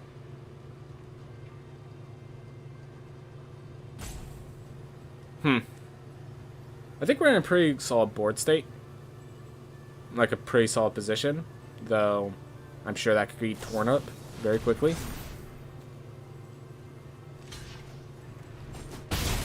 Untap up to 2 target creatures. Okay.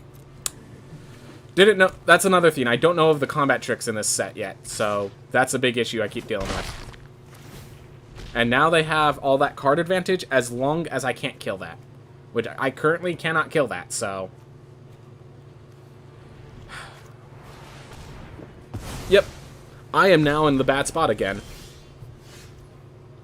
Thanks, Evolving Wilds. 1, 2, 3, 4, 5, 6, 7, 8. I draw too many lands. Alright, see you later, Weebish. See you later. Yeah, I just feel like I keep drawing too many lands.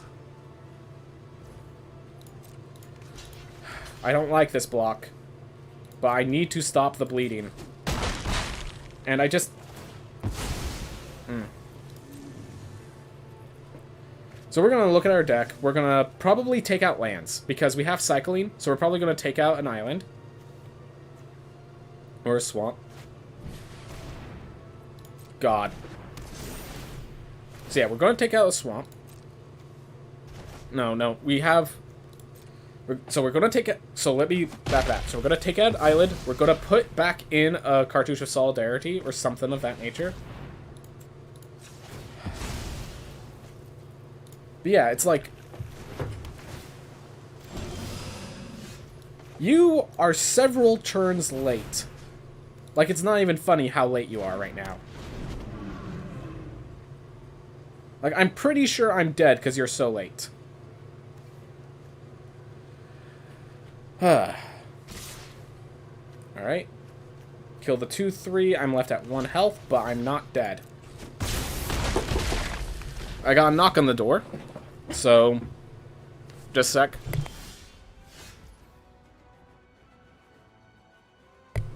It was a never mind. So, alright. So what I could do is I can Let's see. I can discard to cycle, turn this and reduce that, block there, but then that doesn't even... I'd have to get into another... I'd have to do it into another cycle, which I think is possible. I'm gonna go for it.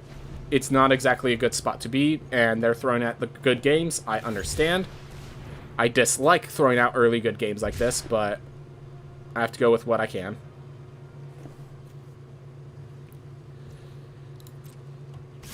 Alright. So the first thing we want to do is get rid of this thing's power. And we drew an island. Perfect.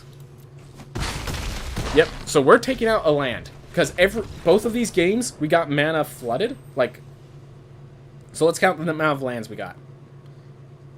Because we even have lands that could cycle themselves. But we have 1, 2, 3, 4, 5, 6, 7, 8, 9, 10, 11. Alright, we're going to not count that. So there's 10 lands, and then 1, 2, 3, 4, 5, 6, 7, 8. I guess there were 11 non-lands as well, but...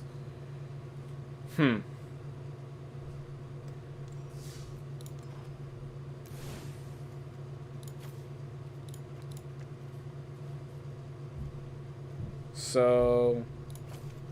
Hecamus Sentinels, I feel like there's just a 2-3. That's all they are for me. Unburden, I don't think... So the Thoughtseize is going out. I can't think of a time where Thoughtseize would have been good enough. Let's put the Trial of Knowledge in. So now we have all our cartouches again. We have the Trial of Knowledge to draw our cards. And we have 16 lands to deal with all the cards.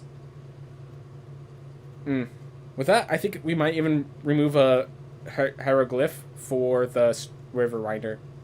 Yeah. I think this is how it should look. Alright, hopefully we get... So you want to usually get 3 wins. I did say I'm going into this without knowledge, and this is hurting me a lot. I'm finding that I probably should put in lower... Honestly, probably putting in the 2-mana 3-1 and the 3-mana 2-3 would be worth. I'm just like kind of going with what seems right. Alright, Pump goes first. We're going to Desert of the True into Vile Manifestation. I can then cycle something, and until then it's a... Yeah, so I could cycle the Desert of the True to give that thing some power. Alright. Or I can Island Seeker of Insight. No. I like Vile Manifestation. Alright. They're probably going to have flyers, which means this Shadowstorm Vizier is going to be very important very soon.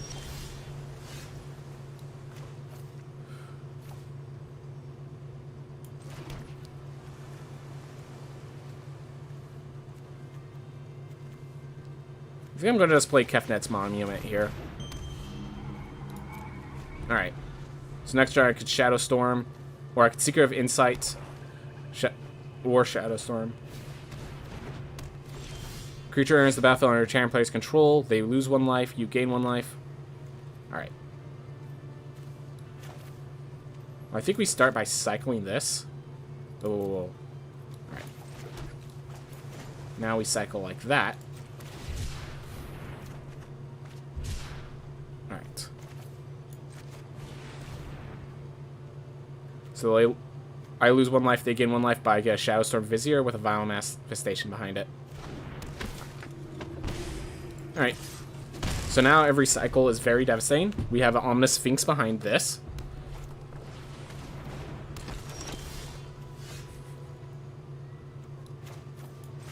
Alright.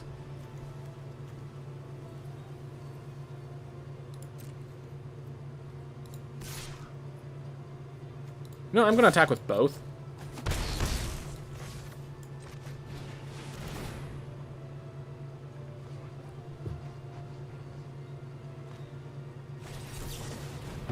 Alright. So they had to counter. I probably should have played first then. Oh well, I take 1 damage and they take 1 damage. Alright. 3-2 with flying and embalm. Alright. So if I get a cycle. Alright, so I can attack, cycle Unburden to win the trade. And if they don't go for the trade, I can Ominous Sphinx instead.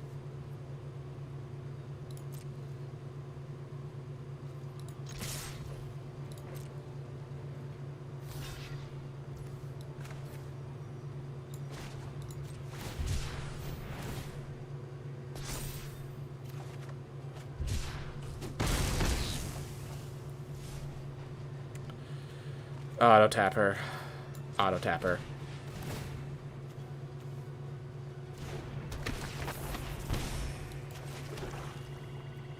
Alright.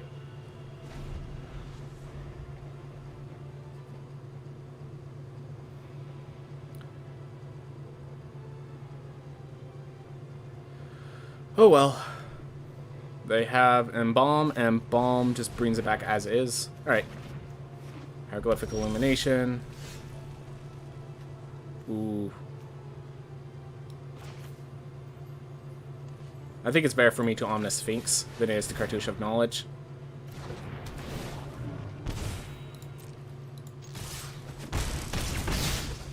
Alright.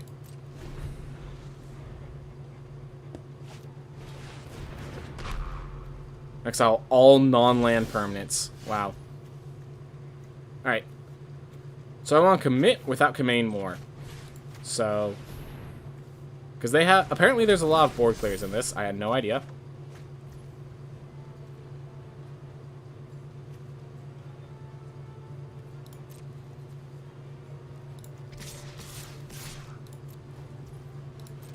Alright.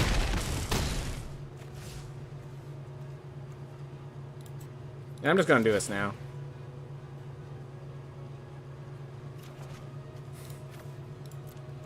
Don't need more lands. Oh my gosh, when I could have done more damage. Oh well. Mistakes. This exiles, so the Doom Dissenter gets nothing. Next turn I have Heckma.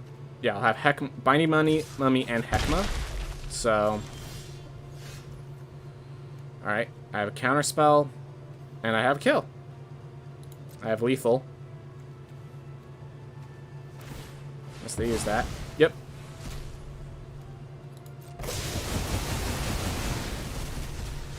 Alright.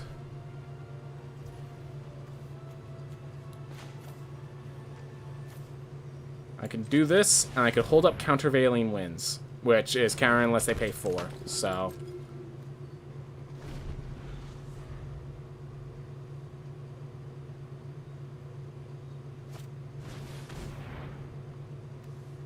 okay. Another Trespasser's Curse.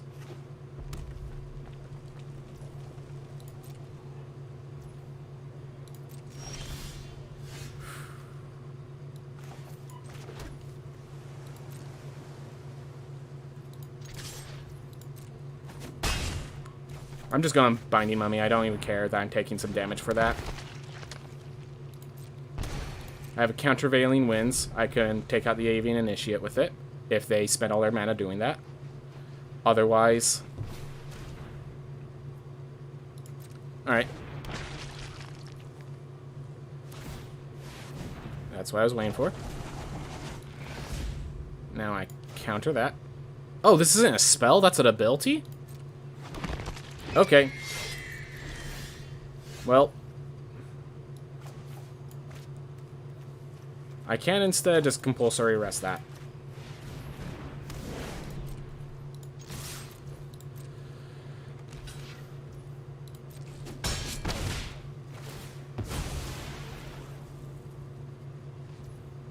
Alright. They failed to kill anything.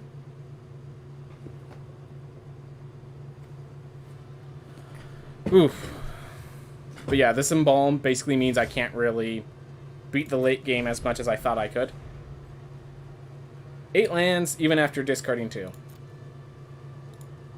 Yep. Puncturing Blow. They have 4 mana left open. I have 4 cards in my grave.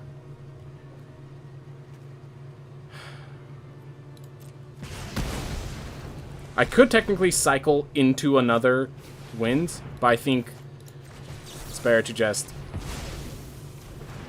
stop the pressure where I can.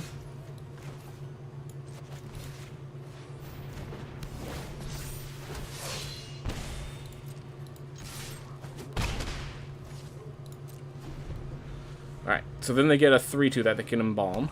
But hopefully we draw something worth keeping. There we are.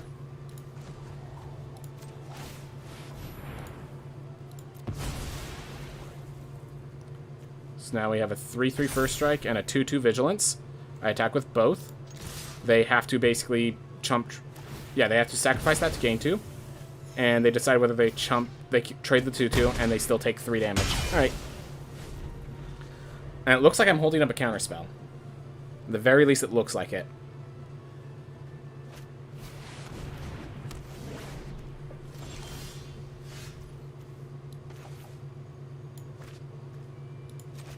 Well, we finally got one of our bombs. Oof. And they use their late claim on my 1-2-2 to keep that safe. Definitely feel like I could have used more control. You deal your 1 damage. I'm gonna not risk it. Alright, well, at least I got 1 win. Yeah, I just gotta figure out this format. I really don't understand this format. I feel like I'm playing a lot of bodies that don't matter in ways that just, again, don't matter. Like, I feel like I might want to, like, switch out... How many zombies do I have? Like, 0.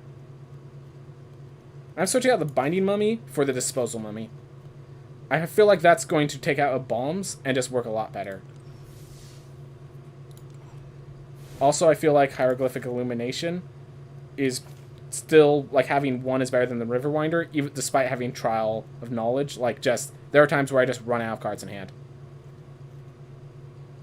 I think I had knockout Countervailing Winds for another Illumination. Because, yeah, drawing 2 cards is probably stronger than a 5... Like, as strange as it sounds, 2 cards is probably better than a 5-5 hexproof, right? No. It's a 5-5 hexproof.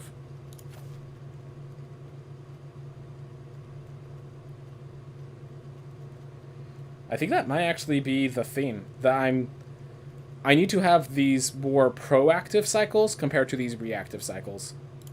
I'm going to take out the Unburden and put in another Hieroglyph. See how that feels.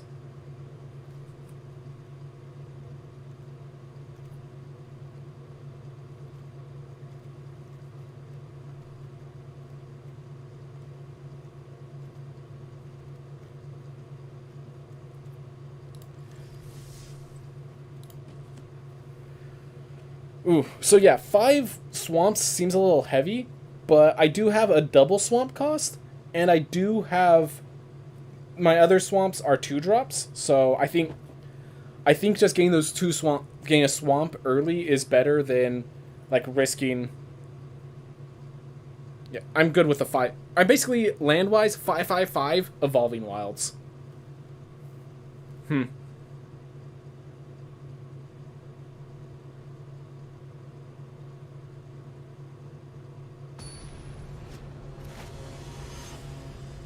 Oof.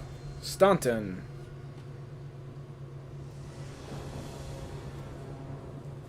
There's my lands. And I could immediately cycle the Riverwinder to get myself a better curve.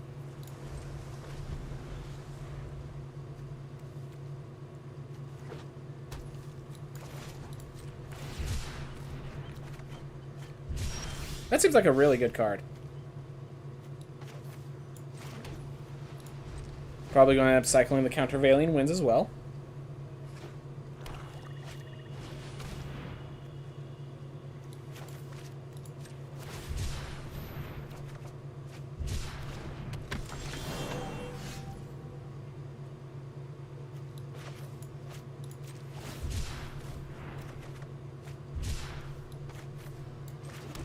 There we are.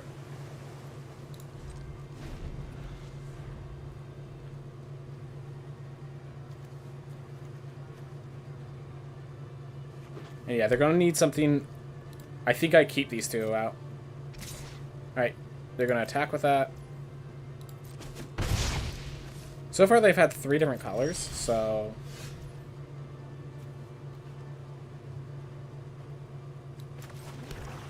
I mean, maybe they're just doing the same thing I am.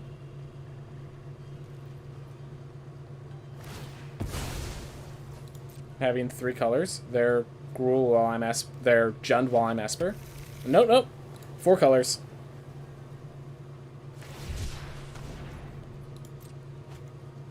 Okay. So it seems like multicolor is actually a lot more viable simply due to cycling out the things that don't work for you.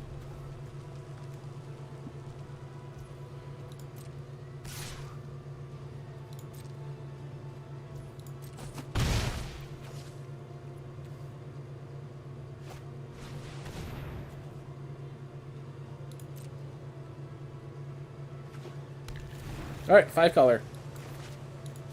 I don't think there's any, like, 5 colors bombs. Like, there's no Tiamat in this format. Wow. Yeah, no, apparently they had a bad... Not the best deck. Alright, if we could get one more, that's 750 gems. Right here at 250, one more is 700, is 1,000. So, this next game, decide, like, you basically want to make sure you always go at least on 3 wins. If you can go 4, that's value. 5, that's plus gems. Then 7, that's money. But you always want... Alright. So I have cycle. So I have cycle. 2 drop. Cycle. Okay. The more I look at this hand, the more I like it. Because... I have 2 2-drops and 2 and my big cards are both cyclers. And this guy likes my cyclers. So 1/4. I like this because I can turn it into a 2/4.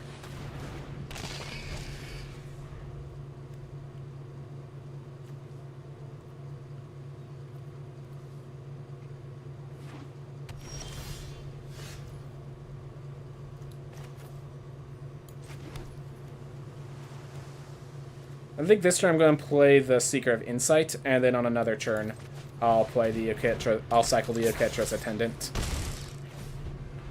And I can cycle it while holding up Essence Scatter, which is going to be fantastic.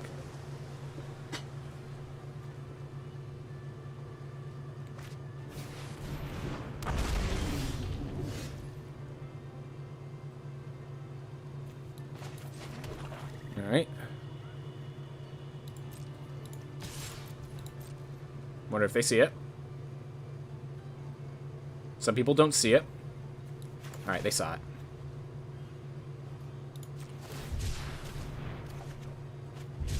Oh well. I have an Arc Fiend next turn. I can also Essence Scatter and throw back one of these lands. That was a land too many. So if they play a creature here, I think I'm countering it anyways, no matter what way it is.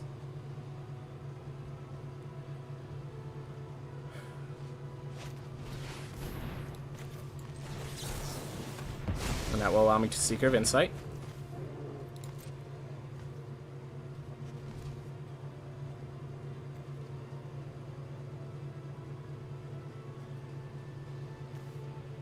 They should probably attack in. Alright, well I'm going to activate this. I don't need the additional swamp.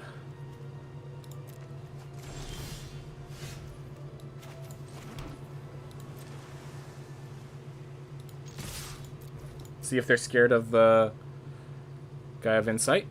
They are. And now the real threat shows up. Now we can use a Plains.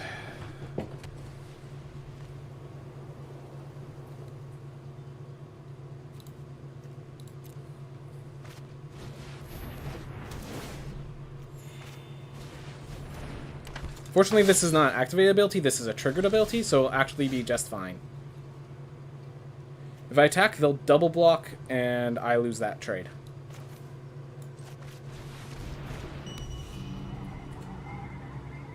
Oh. Perfect. Oh my god, this is actually really good. So I discard the Solitary Camel. Arcfiend triggers. And now I can attack here. I'm going to wait for them to play a creature to cycle the Riverwinder. Because then I could give that one the minus. Whenever you cycle or discard a card... Yeah, so exactly. So I could take out their Drake.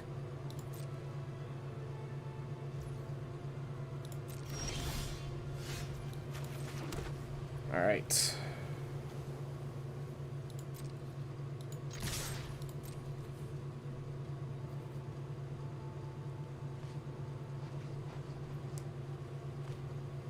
So basically I have Riverwinder as a combat trick, and otherwise I have these creatures on board to act as threats.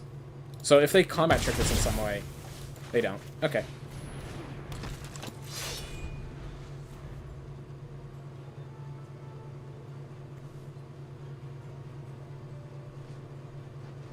I can start exerting this to just flood the board if I want. Trial of Knowledge, good card. Oh, and they discard, making a Drake. Oh, I have enough to play Striped with Riverwinder now, because I got the planes. That was my mistake. I could have just played this.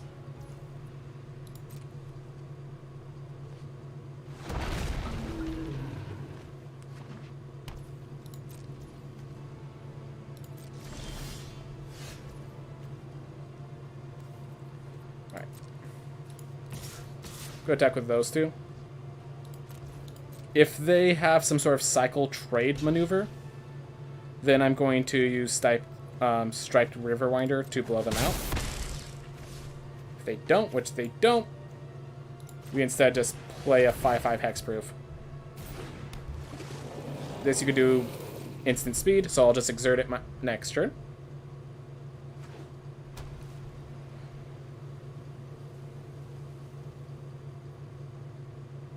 But yeah, getting card draw right now would be great. Yep. Honestly, gain a land. Yep. So this Drake Haven is actually not as threatening, simply because I have the Arcfiend of Ifnir in play. So the ability to just like turn these into smaller and smaller creatures with card draws is just very powerful. Alright, so all I need is a cycle. Alright. They want to play the Cartouche again, but then they can't trigger. Alright.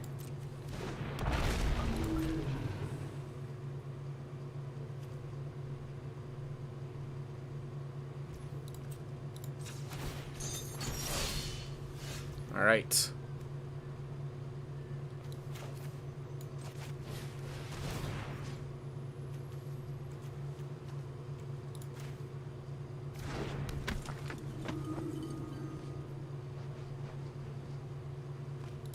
So I have to cycle or discard. So other things I could draw, triggering Seeker of Insight so I can tap to draw and discard, which is probably better than just cycling Hieroglyphic Illumination. Alright, they Trial of Knowledge. They're going to keep flooding the board with flying 2/2s and such. Cycle or discard a card. Awesome. So Seeker of Insight is actually a really good synergy here.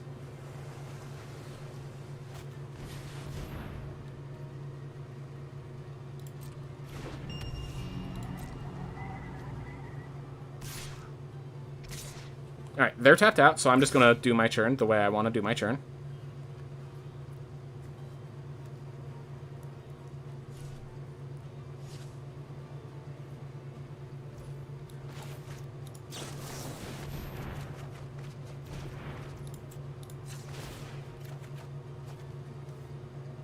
Do I want the Evolving Wilds? No, I can draw planes later. And I can't even get the planes because that's my planes. Alright.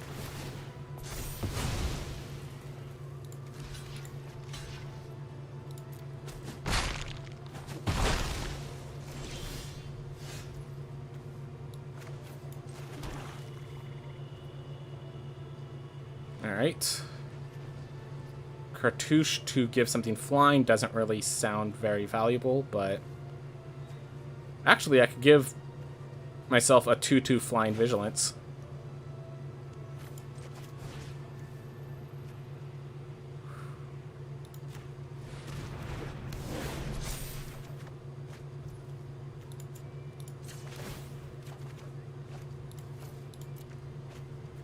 Yep.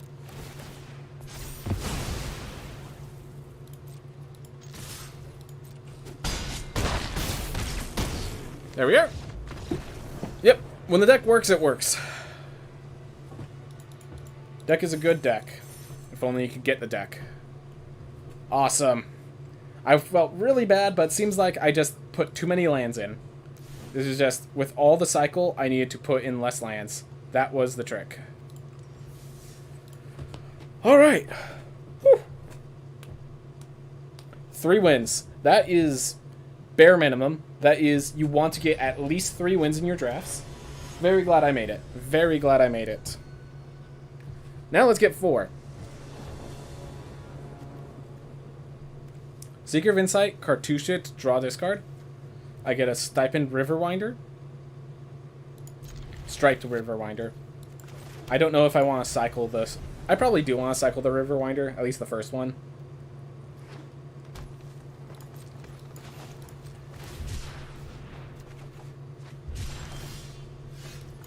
The main issue I have is, what if I just draw lands? Exhibit it here. But I mean, this guy gets a Cartouche of Knowledge. That actually gives me a card draw. I could draw my planes, so I will actually save up so I could possibly Cartouche of Solidarity as well. Get myself a 3/5 flying first striker.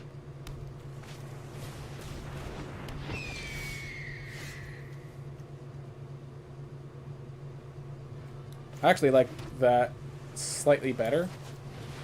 I could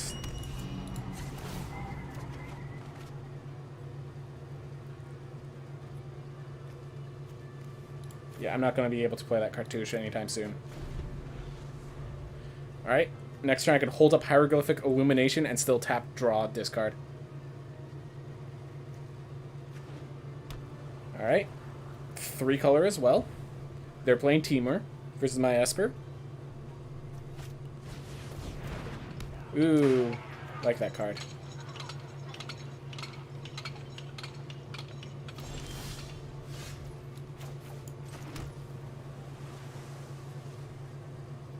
So I can Essence Scatter and then still tap. Yeah. I think I just let it go here. Worst case, I Hieroglyphic, draw, then tap. You know, I have enough options. Whew. What's happening is I'm filling up my graveyard for that counterspell. I think I only have 1 now, but filling my graveyard for it. And yeah, Hieroglyphic Illumination just seems like a very solid card in this format. Because at worst case, it's a cycle. Best case, it's an inspiration. Like, it just does what you need it to do.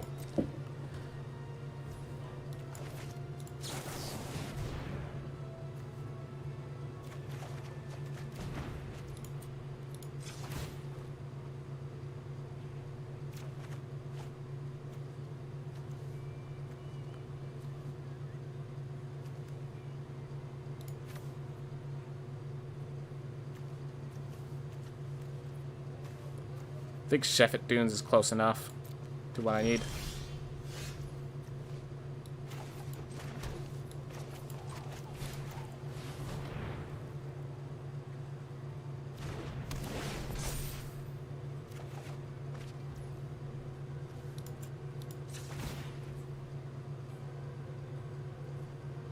Oh, I should have gone to combat. Forced them to use that.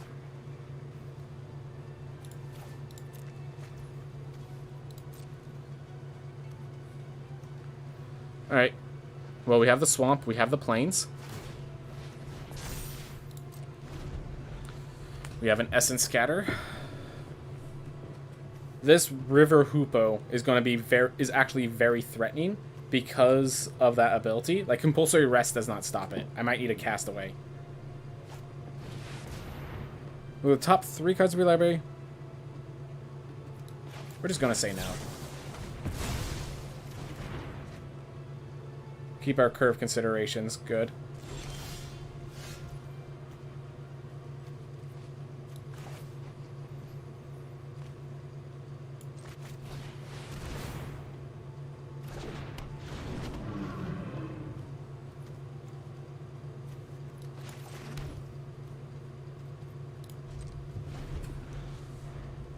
Could play the swamp to keep throwing the cartouche. I just think getting the plains now is more important.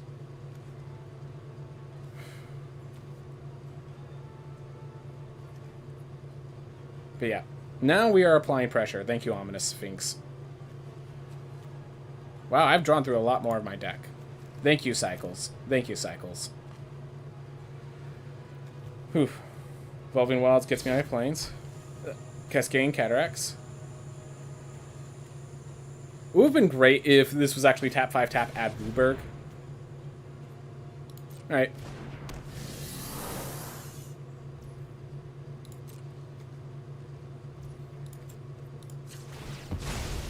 Let's get our planes. So weird realizing how few lands are still in this deck.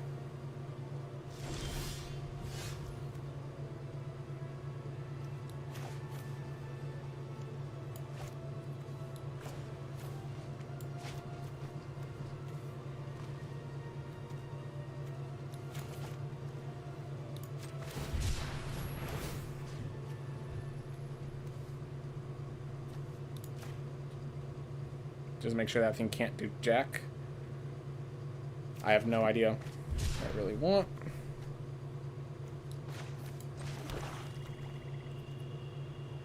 Alright.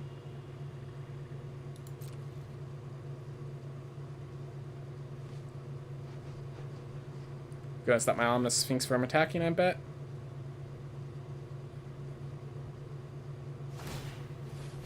Yep.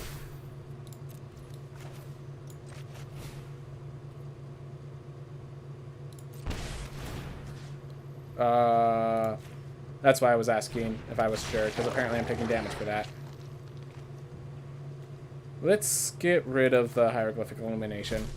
There's some cards that care if... Should I Cartouche of Knowledge now? Because then I could Seeker of Insight trigger.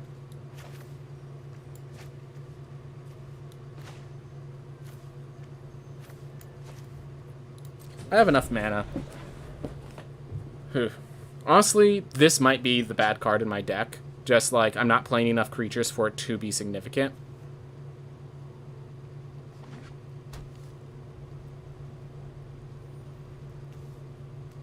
But yeah, next turn I can Cartouche.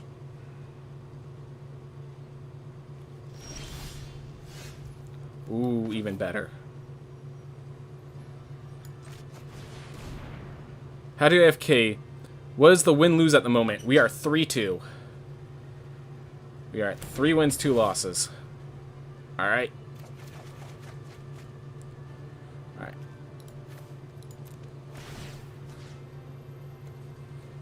Alright.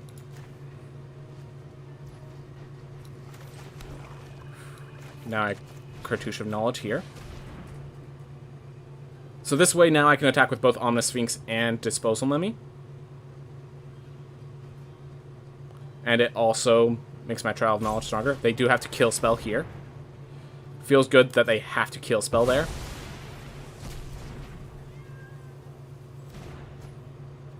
Alright.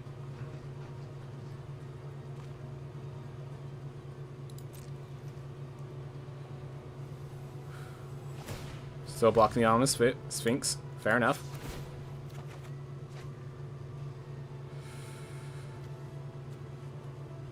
How many cycles? I think I have a lot of cycles, so I'm actually gonna get rid of the Shadowstorm Fizzier.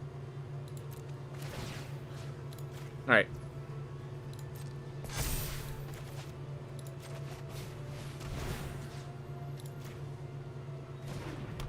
Lock that down. Now I have a 4/4, so I have 2 4/4s. Plus a compulsory rest. Oh my gosh. And we have all the mana we need. I think at this point we're cycling any planes we get. yeah, we're cycling any Desert of the Trues we get. So we still have one more cartouche in the grave, or in the deck. No, never mind. Trial of Knowledge has done its part. It drew us 3 cards and discarded, so it got us net plus 1 card. Alright. Whew. But yeah. River Hoopoe is definitely their strongest card, but the problem is, it's strong because they have all the mana to sink.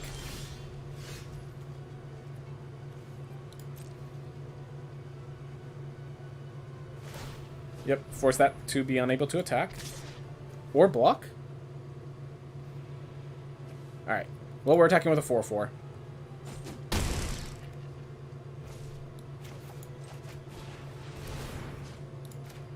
And we're I just like how we're locking down their mana creator. And if they ever try to lock down my Steward Solidarity, I can in response exert it. Oh, until your next turn. So Omnis Sphinx could still block until they use their cartouche edifice. Oof. They do have the card advantage, and they do have the River Hoopoe, which is going to put them way in the lead. In addition, I only have 12 cards in my deck. So, I do have to win eventually. But, like, compulsory rest isn't worth... Alright.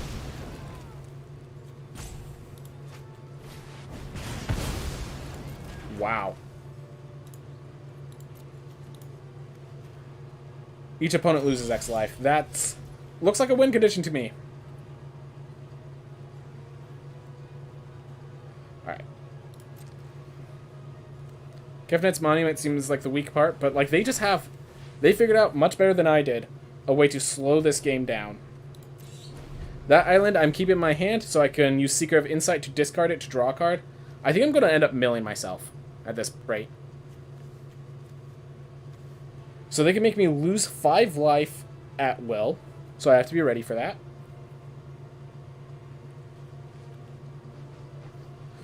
But if I can get some threats, I do have some good threats in my deck. I have a 3/3 flyer that can embalm itself. I have a 5/4 flyer that Rex faces in. I have another 4/4 flyer. Like, I have solutions. I just need to, you know, draw them.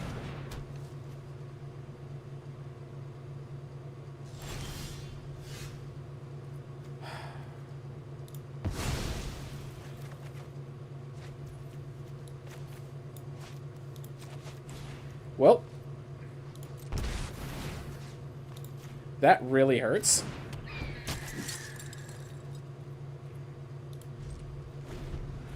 That, like, hurts and then... I think that just won him the game. I think that just won Marinex the game. They had a better card. That is not just quad color, 5 color. This is a 5 color deck we're facing. And they got Cruel Reality, which is a mythic bomb that basically, it costs 7 mana, but if you can play it, you basically win the game. You attrition the opponent out of the game. So they got it. And they got another mythic. Look at that. Me exile target now. Alright. So now they're exiling a creature. Oh. That's not what I would have taken.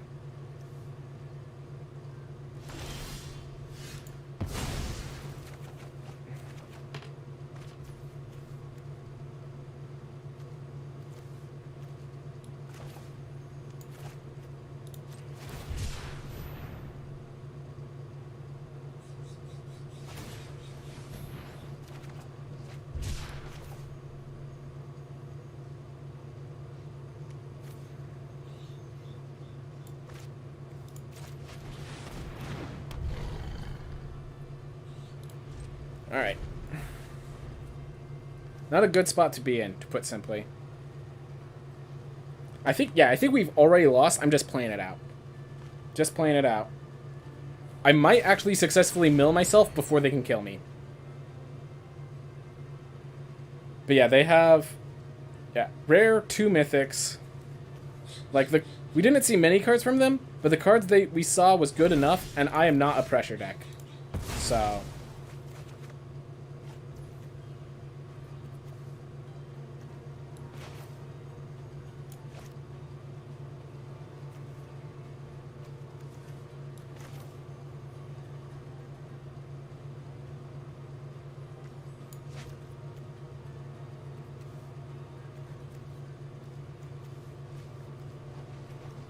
See if I attack.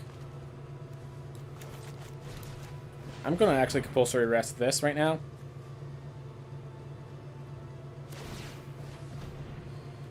Yep. So yeah, between Edifice of Authority and Cruel Reality, I don't think I have anything I can do. I'm playing it out, but I'm pretty sure they get to just sit here, never attack, and win the game. While I cycle through my entire deck and die. Yeah, Cruel Reality is really strong. I mean, I knew if someone got this card, they'd win the game. I have Cast Out. I do have a Cast Out in my deck. If I can draw my Cast Out and still have enough time, I think I could get rid of the Cruel Reality and possibly get back in this game, and that is not helping.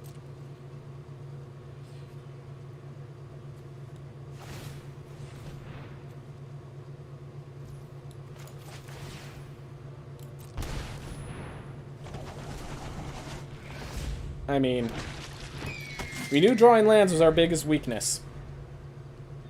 We were warned.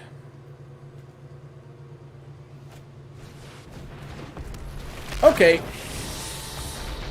That's 3 mythics on my opponent's side. On board right now.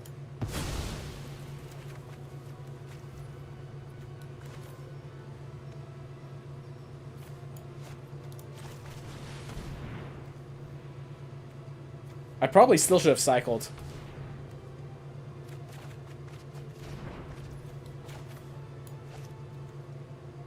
Well, this has Flash.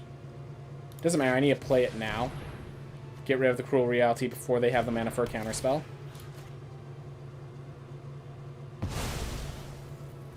And yeah, I think we mill ourselves. At this point, we're going to mill ourselves. Still winnable? Nope. I just wanted to play it through because it's our last game anyways. They have a mythic, Angel of Sanctons and mythic god. So they have a mythic god card. They had the best enchantment curse in the game. This wins games on its own. And they have, a great evasive removal. They had everything. Oh, and guess what? If they ever get my life low enough, they have cut 2 ribbons. 2, 3, 4, 5, 6, 7. They actually have my life total low enough.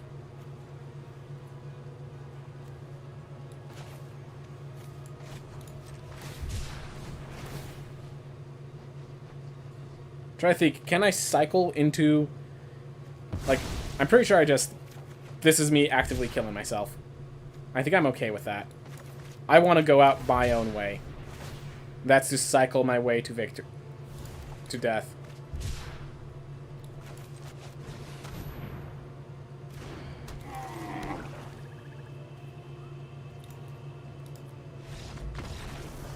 Couldn't even cycle my way to death. Yeah, that was... I mean, listen, guys. I'm playing a slower deck. 1 Mythic Legendary, 2 Mythic Legendary, 3 Mythic Legendary. I wasn't going to win that.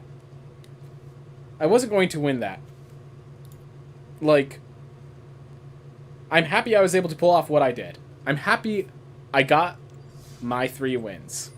That's 1,000 gems, everyone. That's 1,000 gems. Whew. Yeah, so since I took it once, you get 1 free one. Okay, that's good to know. But you get 1 free Amonkhet Remastered draft, everyone. So if you guys think you could figure out what this meta is about, or if you want to look it up, or if you just want to play it, you guys have access to a free draft, everyone. Everyone who goes into their file. Good to know before, it goes away. I'm not sure how long this is going to last, so I decided to take care of it now. Alright. How's it going, B-Fin? You're there tomorrow? Alright, see you there tomorrow, man. I have no idea what the format's like, so... It seems like if you dirtle around, you better have... It felt like I was dirtling a lot, and I just... Something weird about that. Anyways, that was fun. Everyone, thank you so much for watching. I hope you all have a wonderful day. We'll be back to, more Forgotten Realms next time, but that was it for Amonkhet. We did our premiere draft. The rest of our premiere draft gems are going to Forgotten Realms. Have a wonderful day, guys. Alright, let's see who's worth raiding. Ooh, if you came here for Magic the Gathering, a person named Robot Jesus is currently playing Magic the Gathering himself. Hey, it looks... I couldn't see from the distance, but it looks like they might be doing a draft. Maybe that was standard. I'm gonna check.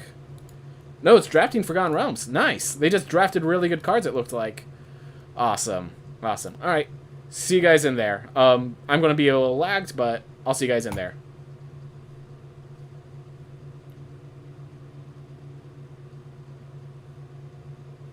Hosting.